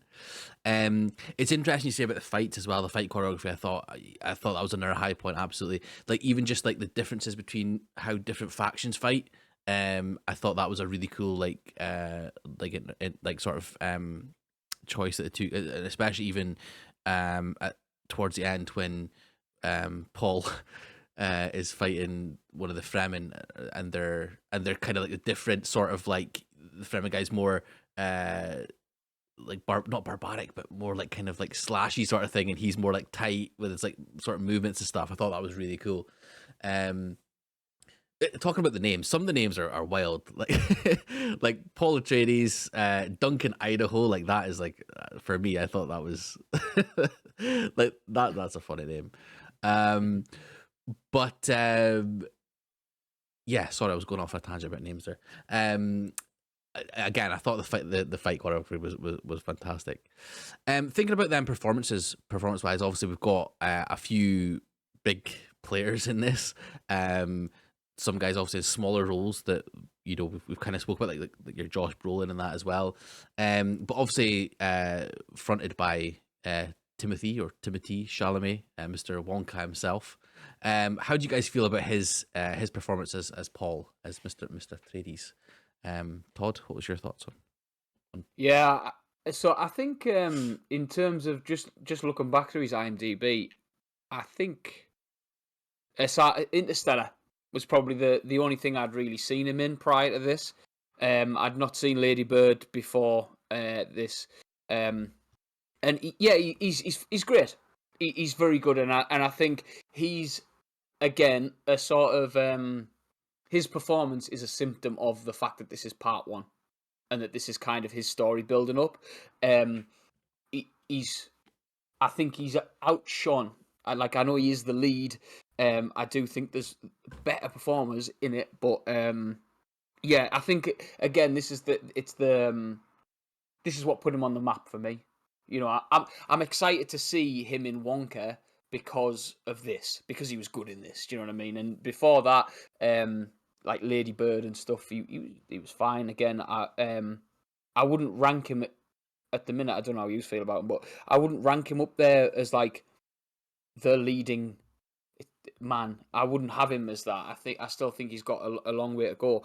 But yeah, he was great. Like you say, I think he handled the choreography really well. I think he was imposing in the fights and stuff. And for such a young looking lad, and for such a he's not built. He's not. Do you know what I mean? He held his own in a world that kind of feels adult around him. He's still learning when he's sitting listening to those the information about like the sandworm and the movement across which I think's I know obviously that'll come from the book, but that's a great concept of like the sand walk or whatever they call it. I thought that was fantastic. But yeah, so he's still learning, and I think going back to the ending, I think it ended really well in that you can see what he's going to become, and I think his performance will match that. Yeah, so but again, I thought he was great. Connor? Cool. Yeah, I thought he was brilliant. Like, I would agree that maybe he's not there enough to be like the leading man in every film, but I think in terms of playing Paul, he's kind of perfect for it. The scene where he's got his hand in that box and he's being tortured and stuff, like the emotion that he conveys on that, like the pain and stuff that he's going through and fighting against it and stuff. I remember even seeing it in the cinema, just being like, holy fuck, like that's. Like the guy is in there. He is, like he's fully locked in as the performance of Paul. And just throughout it, he's kind of hesitant when he's talking with his dad, Oscar Isaac, about like what's the plan for him in terms of like his taking over of the family and stuff like that. And Oscar Isaac's telling him, like you'll be ready for it when it comes to you. Nobody's ready, but you'll do great. Essentially, is what he's saying. And then just like when he's having all these visions of the Freeman and Zendaya and stuff like that, like I just think like he carries his film kind of like how we're talking about with Gosling and Kay, like he's the main guy and it's everything is about him and around him, and then his supporting cast kind of just allows him to fully engross himself in the performance. I thought he was brilliant, and I said earlier when we were talking about the last Joe that he was in it. No, I was confused. He was in The King. I don't know if either of you seen The King that he's in. Netflix thing, isn't it? Yeah, he's excellent in that. Like he's definitely really good. That's what I was. It's kind of a similar kind of looking film when I just briefly thought about it, so I just wanted to correct that. But he's amazing in that. If you've not seen The King, he's really really good, and he's only gonna get more roles. I've not seen Wonka yet either, but similar. I'm intrigued to see it mainly because of him, and how he's gonna play Willy Wonka, and then obviously I'm 6 weeks away or whatever we are from June 2. Like so excited to see how he's going to be as Paul, because in part 2 it's going to be like he's going to be mature, he's going to be like leading, he's not just the film but actually the character wise he's going to have grown up quite a lot from where we left him at the end of part 1, when he's kind of realizing no, I need to like get these people on side because this is what we're going to need to win this war against the Harkonnens kind of thing. So no, I thought it was a very mature performance throughout, and obviously hopefully in part 2 it's only going to get better. Yep. And his father obviously is portrayed by Oscar Isaac with this wonderful beard. Again, I think he's phenomenal in this. I really like him as like the father figure and like the sort of mentor, and also again, as you say, the sort of like leader of the House Atreides. He's great. Like I do really like Oscar Isaac, and I think he's someone that kind of, I think the first time I sort of to notice him is a little bit in Annihilation, where he's when he's like the kind of the boy in that, and like since then, like the stuff I've seen him in, he's almost flawless. Rise of Skywalker aside, I know. But even then, as Poe Dameron, I think he's really good. Yeah.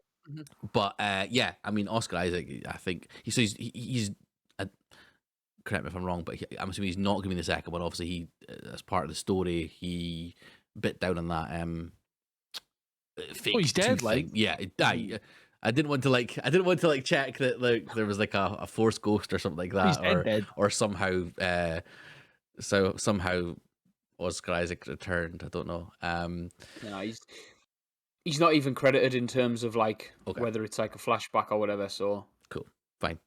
He's dead. Okay, perfect. That's fine.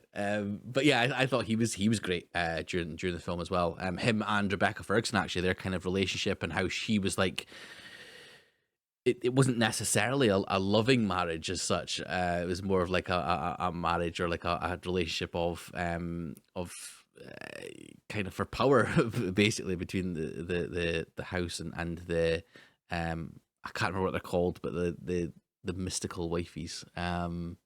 We'll go with that. Yeah, Yeah, that's mystical the one. wifeys. House Atreides and I'm sure mystical that's how wifeys. Frank Herbert wrote it in the book, actually. Yeah. Yeah, perfect.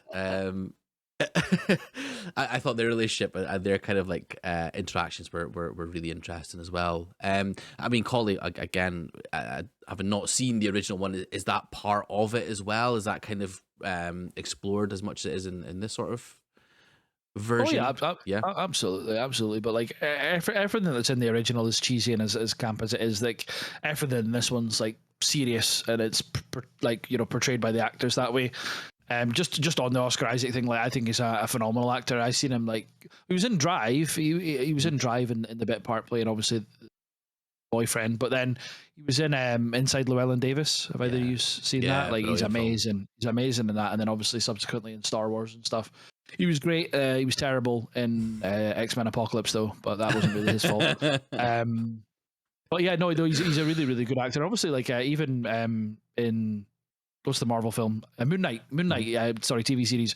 Even in Moon Knight, he's been excellent. So he's a guy that anything that he's in, I'll want to see because he's just that type of actor. And just on Rebecca Ferguson as well. Yeah, absolutely fantastic. Like she's on some run of films and stuff. When you look at her direct filmography, yeah, again similar. Anything that she's in, I'll watch. Her relationship with Paul is really good because it's motherly, but it's also just like very it's motherly in terms of how much she cares about him, but it's also just like, nah, you need to do this, you need to do this, this is how you should be, this is how you like where you need to be. And then obviously at the end she doesn't want him to like go with the Freeman and stuff like that, but he kind of rebuffs her in that regard. So that was an interesting change in dynamic of the relationship, and be interesting to see what happens with that into the second film. But yeah, kind of what I was saying with Shyamalan was like those two especially being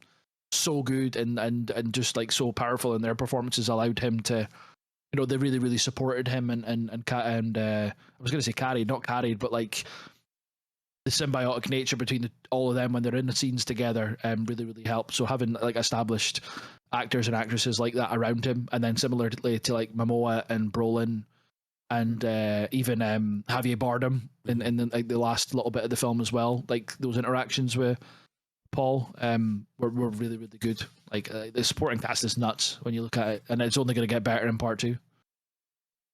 Oh, is there going to be a specific actress in that everyone Yeah, should Austin watch? Butler. Yeah. You need to chill. You need to chill. Todd, what do you think? Oscar Isaac in the supporting cast. Anything stand out for you? No, like just echoing what you said. And Rebecca Ferguson and Oscar Isaac kind of again have showed that range. Like I say, I just have full trust. They've both played horrible human beings. The Oscar Isaac in Ex Machina. There was always something Ex Machina. There was always something off about him. It's not told straight away, but he's a bastard from the beginning. And Rebecca Ferguson as what's her mouth, the Hat, in Doctor Sleep, Rose the Hat in Doctor Sleep. Like those two can play those, but here, like you say, they're supportive and not entirely motherly, not entirely fatherly. I loved the look on Rebecca Ferguson's face during the torture scene. Like it's hard to draw yourself away from Paul, which is a wild name for somebody Yeah. in like 20, whenever it's set in 1,000 years time or whatever. But like Paul's face, like you say, he is phenomenal in that scene. But her behind that door, and just knowing that the consequences of what's happening in there, you feel it. Again, but Dave Bautista doing great work. Just a bit part, a little bit. David Dashmalian being the little weirdo again. It works, he's finding his niche and he's running with it. And Papa Skarsgård as the Baron is really threatening. It's And then gross, Zendaya, man. It's such a gross performance, isn't it? yeah, that slime is the only way you can describe it.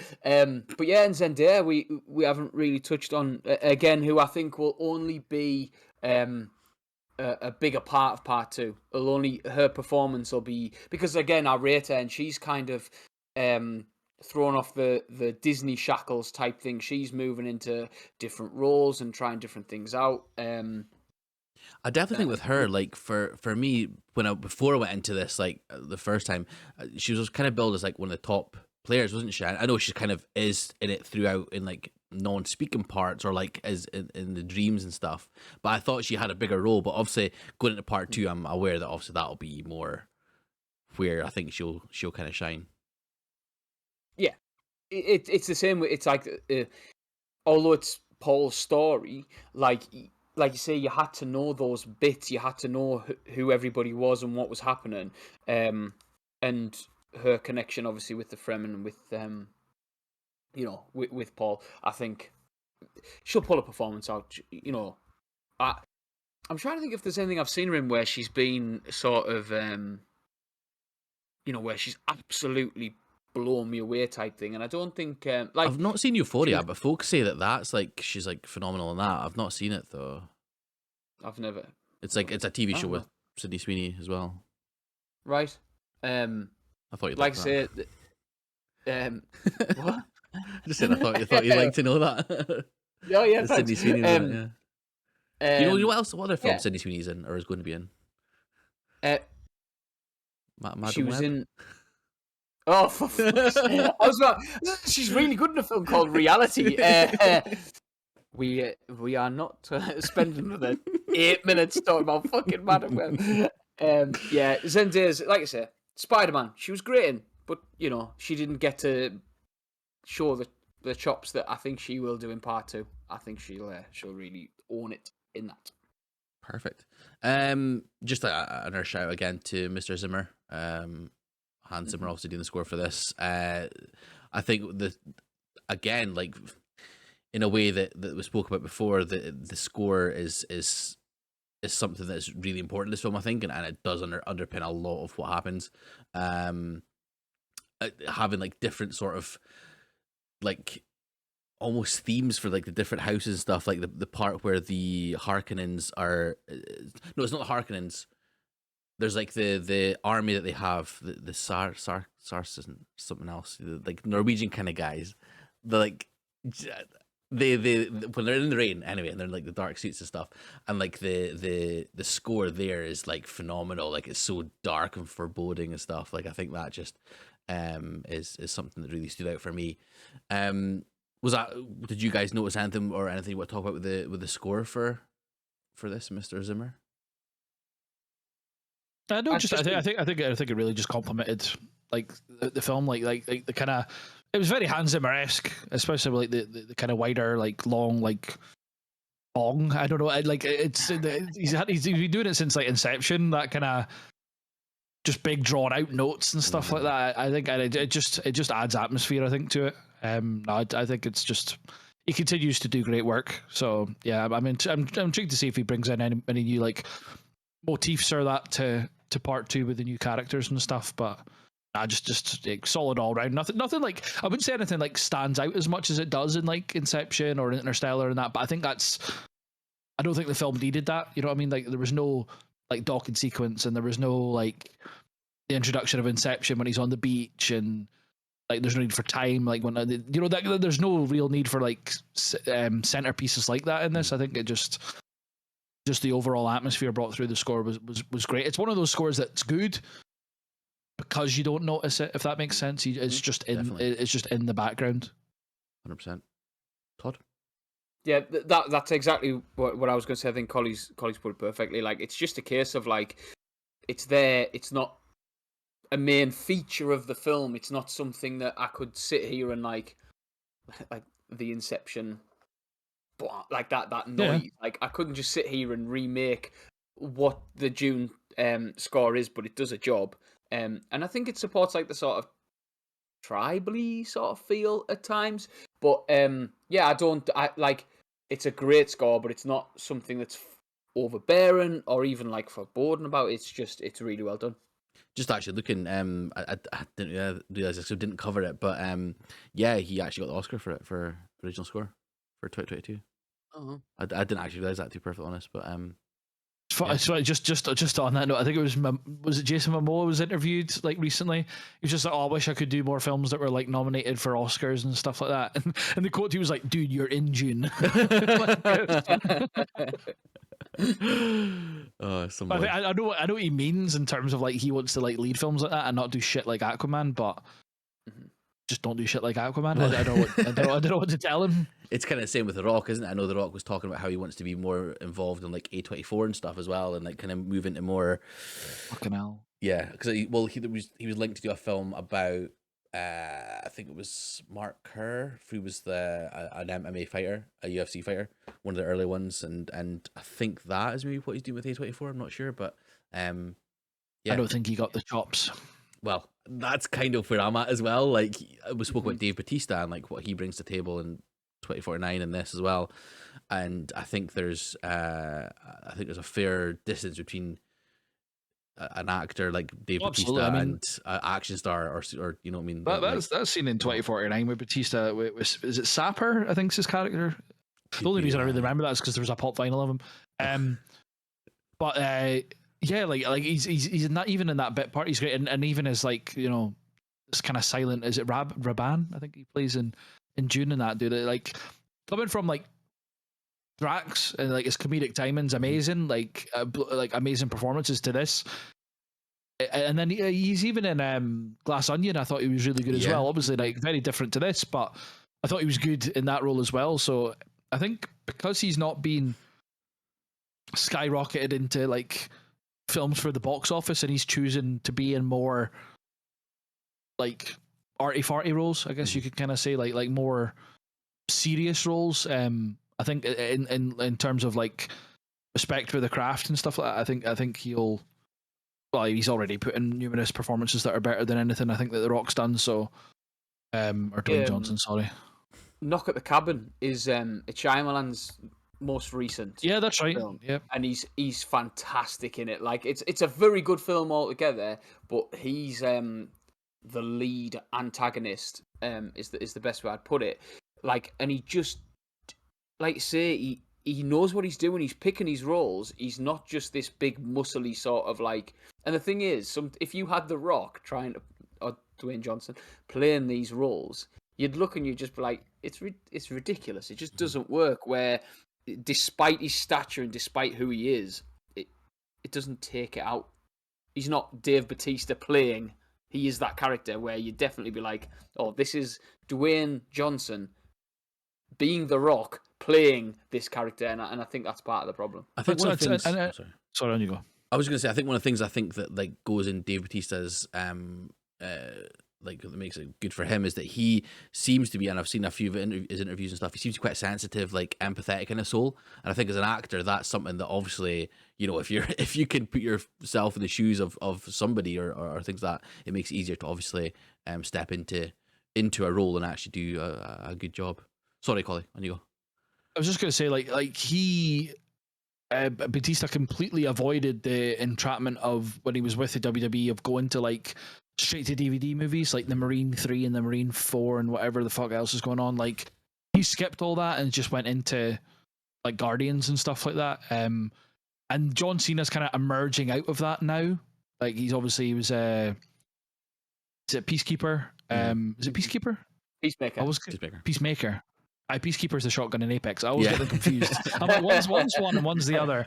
But like he's funny, and I know that's like a bit of a more light-hearted role, and he's been in bit parts of other. But I can see like Cena could end up being more towards like Batista rather than like leading films like The Rock is. And The Rock makes like loads of money at the box office, obviously, but and he's fine doing that, and I enjoy his films. Like, don't get me wrong, I'm not criticizing him, but he can't then turn around and be like, why did none of my films like get nominated for this shit? I was like, well, you're not acting in them per se, you're just being there with CGI all around you. Like, have you guys seen Rampage that he's in? Yeah. Oh my god, dude. Like, that is pish. Like, that is utter nonsense. It's a good game though. Is it? Like, no. Yeah. Terrible game. So Dwayne Johnson making a film about the game Rampage. I was like, why? Like, why? It was like, why is there a Tetris film and stuff? Yeah, it just is what it is. But If you want a good video Anyway. game film, Pixels, that's where you're gonna go. There you go, sorted. I like Pixels. Like I liked Pixels. What's the one with him from Kingsman in it? What's that called again? The one that came out recently. Is it about the Game Boy? Oh, no, Tetris. Tetris. That was Tetris. That is yeah. Tetris. Yeah. Sorry, that is Tetris. Sorry. That was shot in Aberdeen. was sort Some of it. Yeah, that's right. That's right. Of course, it was Because the John S. Beard. director. building beside the library, right? Yeah, the The zoology. zoology building. Yeah, that's right. Yeah, that's right. Forgot about that. Because Aberdeen is known for its Eastern Bloc looking architecture. That's why they always choose Glasgow for like zombie films and shit. Yeah. Fucking World War Z is like right bang in the middle of Glasgow, Yeah. George Square. Wonder why. Come down there after a Rangers game and you'll find plenty of them. Oh God, right. So we've got the Swifties and we've got Rangers fans after us. Right, okay. Fantastic. Love you, Mike. Oh God. Right. Anything else you guys want to talk about with June at all? You happy enough with that? Oh, I'm good. Yeah, done. Yeah, happy. Good stuff. I think we'll end on that note. Okay, doke. So, well, first of all, do you want to quickly go through the letterbox of this one? What did you guys rate it on Letterboxd? 4.5, because I was saying at the start, like it'll be a 10, I think, if part 2 nails it. Todd? Yeah, same. 4.5. Same as me, absolutely. And did you notice about it on Letterboxd with the little eye thing is blue for the Fremen instead of green? Oh no, didn't Oh, I clock didn't it. see It's that. a cool little touch. Okay, doke. So that is the over part 1 and part 2. We've talked about the 6 films that we're going to for Denis Villeneuve in the Villeneuve-verse. So would we like to do some rankings then? 6 to 1, I suppose, or 1 to 6, whatever way you want to do it. Best to worst in terms of Denis films. Collie, let's hand over to yourself first of all and see. I don't want to, and it's tough. Everything's like an 8 and above or a 4 and above. So like, well, Enemies the 6th for me, and again, not a criticism on it. I'd probably put Arrival 5th, but again, that's like 9 out of 10, 4.5, and then Dune just in front of it. And then the top 3 are all 10 out of 10s for me. Probably Blade Runner 3rd, and because it was the first one that I'd seen, I'll probably put Prisoners number 1 and Sicario 2nd. But again, they change pretty much whenever I watch one. Whatever the latest one that I've watched is number 1. Fair enough. Todd? I want to hear Todd's. I'm so excited. You told me on Thursday that it's changed. So Yeah, just so Enemy is 6th. As much as I enjoy, it's not a sort of a detriment to it. Dune and Arrival are the definite sort of the bottom 3 again. In no way a slant on any of them. Then Sicario has always been my 3rd favourite. So originally Blade Runner I'd have had a top spot, and on the most recent watch, Prisoners pushed it. But again, I watched Prisoners as the last one that I watched. And it might just be the case that next time I watch Blade Runner, I'm like, no, that's the best one. I think it's recency bias for me normally with these. Like any of the top 3, even like rewatches Arrival or that could end up being number 1 if I'm watching it and I'm having like a good time or whatever. Like it's just they're all just that good. And an Enemy is as good as it is. It's just that tier below it probably. Yeah. Massey, what's yours? Sorry, Todd. Are you still talking? Sorry. No, I was just going to say, like with Blade Runner, like I said, I've got 3 versions of the Blu-ray. Like it's one of those films where I've got like prints of it and stuff, and obsessed with it. But then I think with Prisoners, you get dragged into the story and the characters a little bit more, and But ask me again in a month's time, and it'll change. You know, like you said when we were talking about Prisoners, the intimacy of it probably is what I enjoy about it as well. It's very like visceral and kind of, again, like we talked about at the time, like the moral like compass of Hugh Jackman's character really like questions a lot. You know what I mean? That's what pulled me in like the first time I seen it, and everything every time subsequently. Right, Massey, let's go. Yeah. So just on vibes. So I go obviously Enemy 6th. And then I would go Sicario after that. Then so Blade Runner and Dune are kind of like the same sort of thing. So I think I would probably go. I had a better time with Blade Runner maybe, so I'll go Dune then Blade Runner, and then my top 2 is obviously like Arrival and Prisoners, and it would go Arrival first, Prisoners second. So Yeah, but again, you're absolutely right. It's like one of those where it's like every film is. I think Enemy's probably always going to be the last one for me. But the rest of them could easily sort of like could sort of fluctuate. So yeah, that's kind of where I am, and I'm sure Sicario in the next watch will get more than a 4 stars. But we'll It see. has to. Well, that'll be the end. Has to just lie. Yeah. I don't want you to change it now. I don't want you to ever change it. You said you don't change your ratings anyway.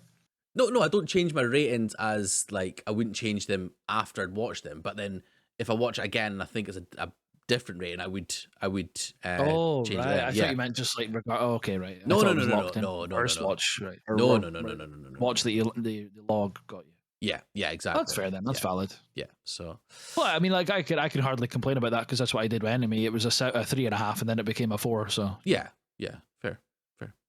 Okay, doke. So that is our podcast on Denis Villeneuve. Now, our next episode was going to be a little bit of a well, it's not actually going to be that much of a break, is it? Really, because it will be on the Oscars. The Oscars nominations are coming out on Tuesday, 23rd, and we will have an Oscars special coming out sort of like I think we said towards the end of February, start of March kind of thing, before the ceremony happens on the 10th. yeah, so, probably either the 26th of Feb, or if we give ourselves another week to watch all the films, the 4th probably makes sense. yeah, absolutely. So it will probably be like a blockbuster episode. I don't know if you want to do this again as 2 parts. I think probably just do it as a big winner. I don't know about you guys, but I'm happy. Just as a oneer, but I don't think it'll take the 6 hours that it normally takes on stream. Yeah. Well, that is. Or if it does, then will have to put yeah. parts, but yeah. I'll have to do some editing to edit it down to 2 parts. You'll cut it mid sentence. You'll just be like, let's bang on the halfway mark of the just the pop timer. Pop a fade in, cut it halfway, pop a fade in either side, sorted.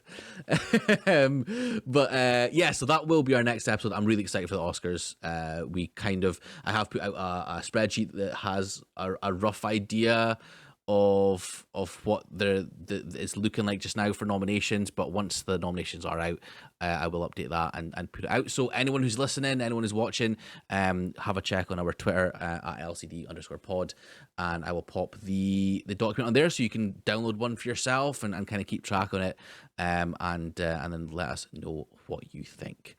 But guys, I've had a blast talking about Mr. Villeneuve, and I'm sure we'll have just as much fun talking about the Oscars and things there. So thank you everyone who watched, everyone who listened. Again, follow us on Twitter at LCD_pod. If you're watching on YouTube, hit subscribe and like, of course, as well. And feel free to comment, and we'll discuss things with you yourself as well. Tell us what you thought about Denis Villeneuve.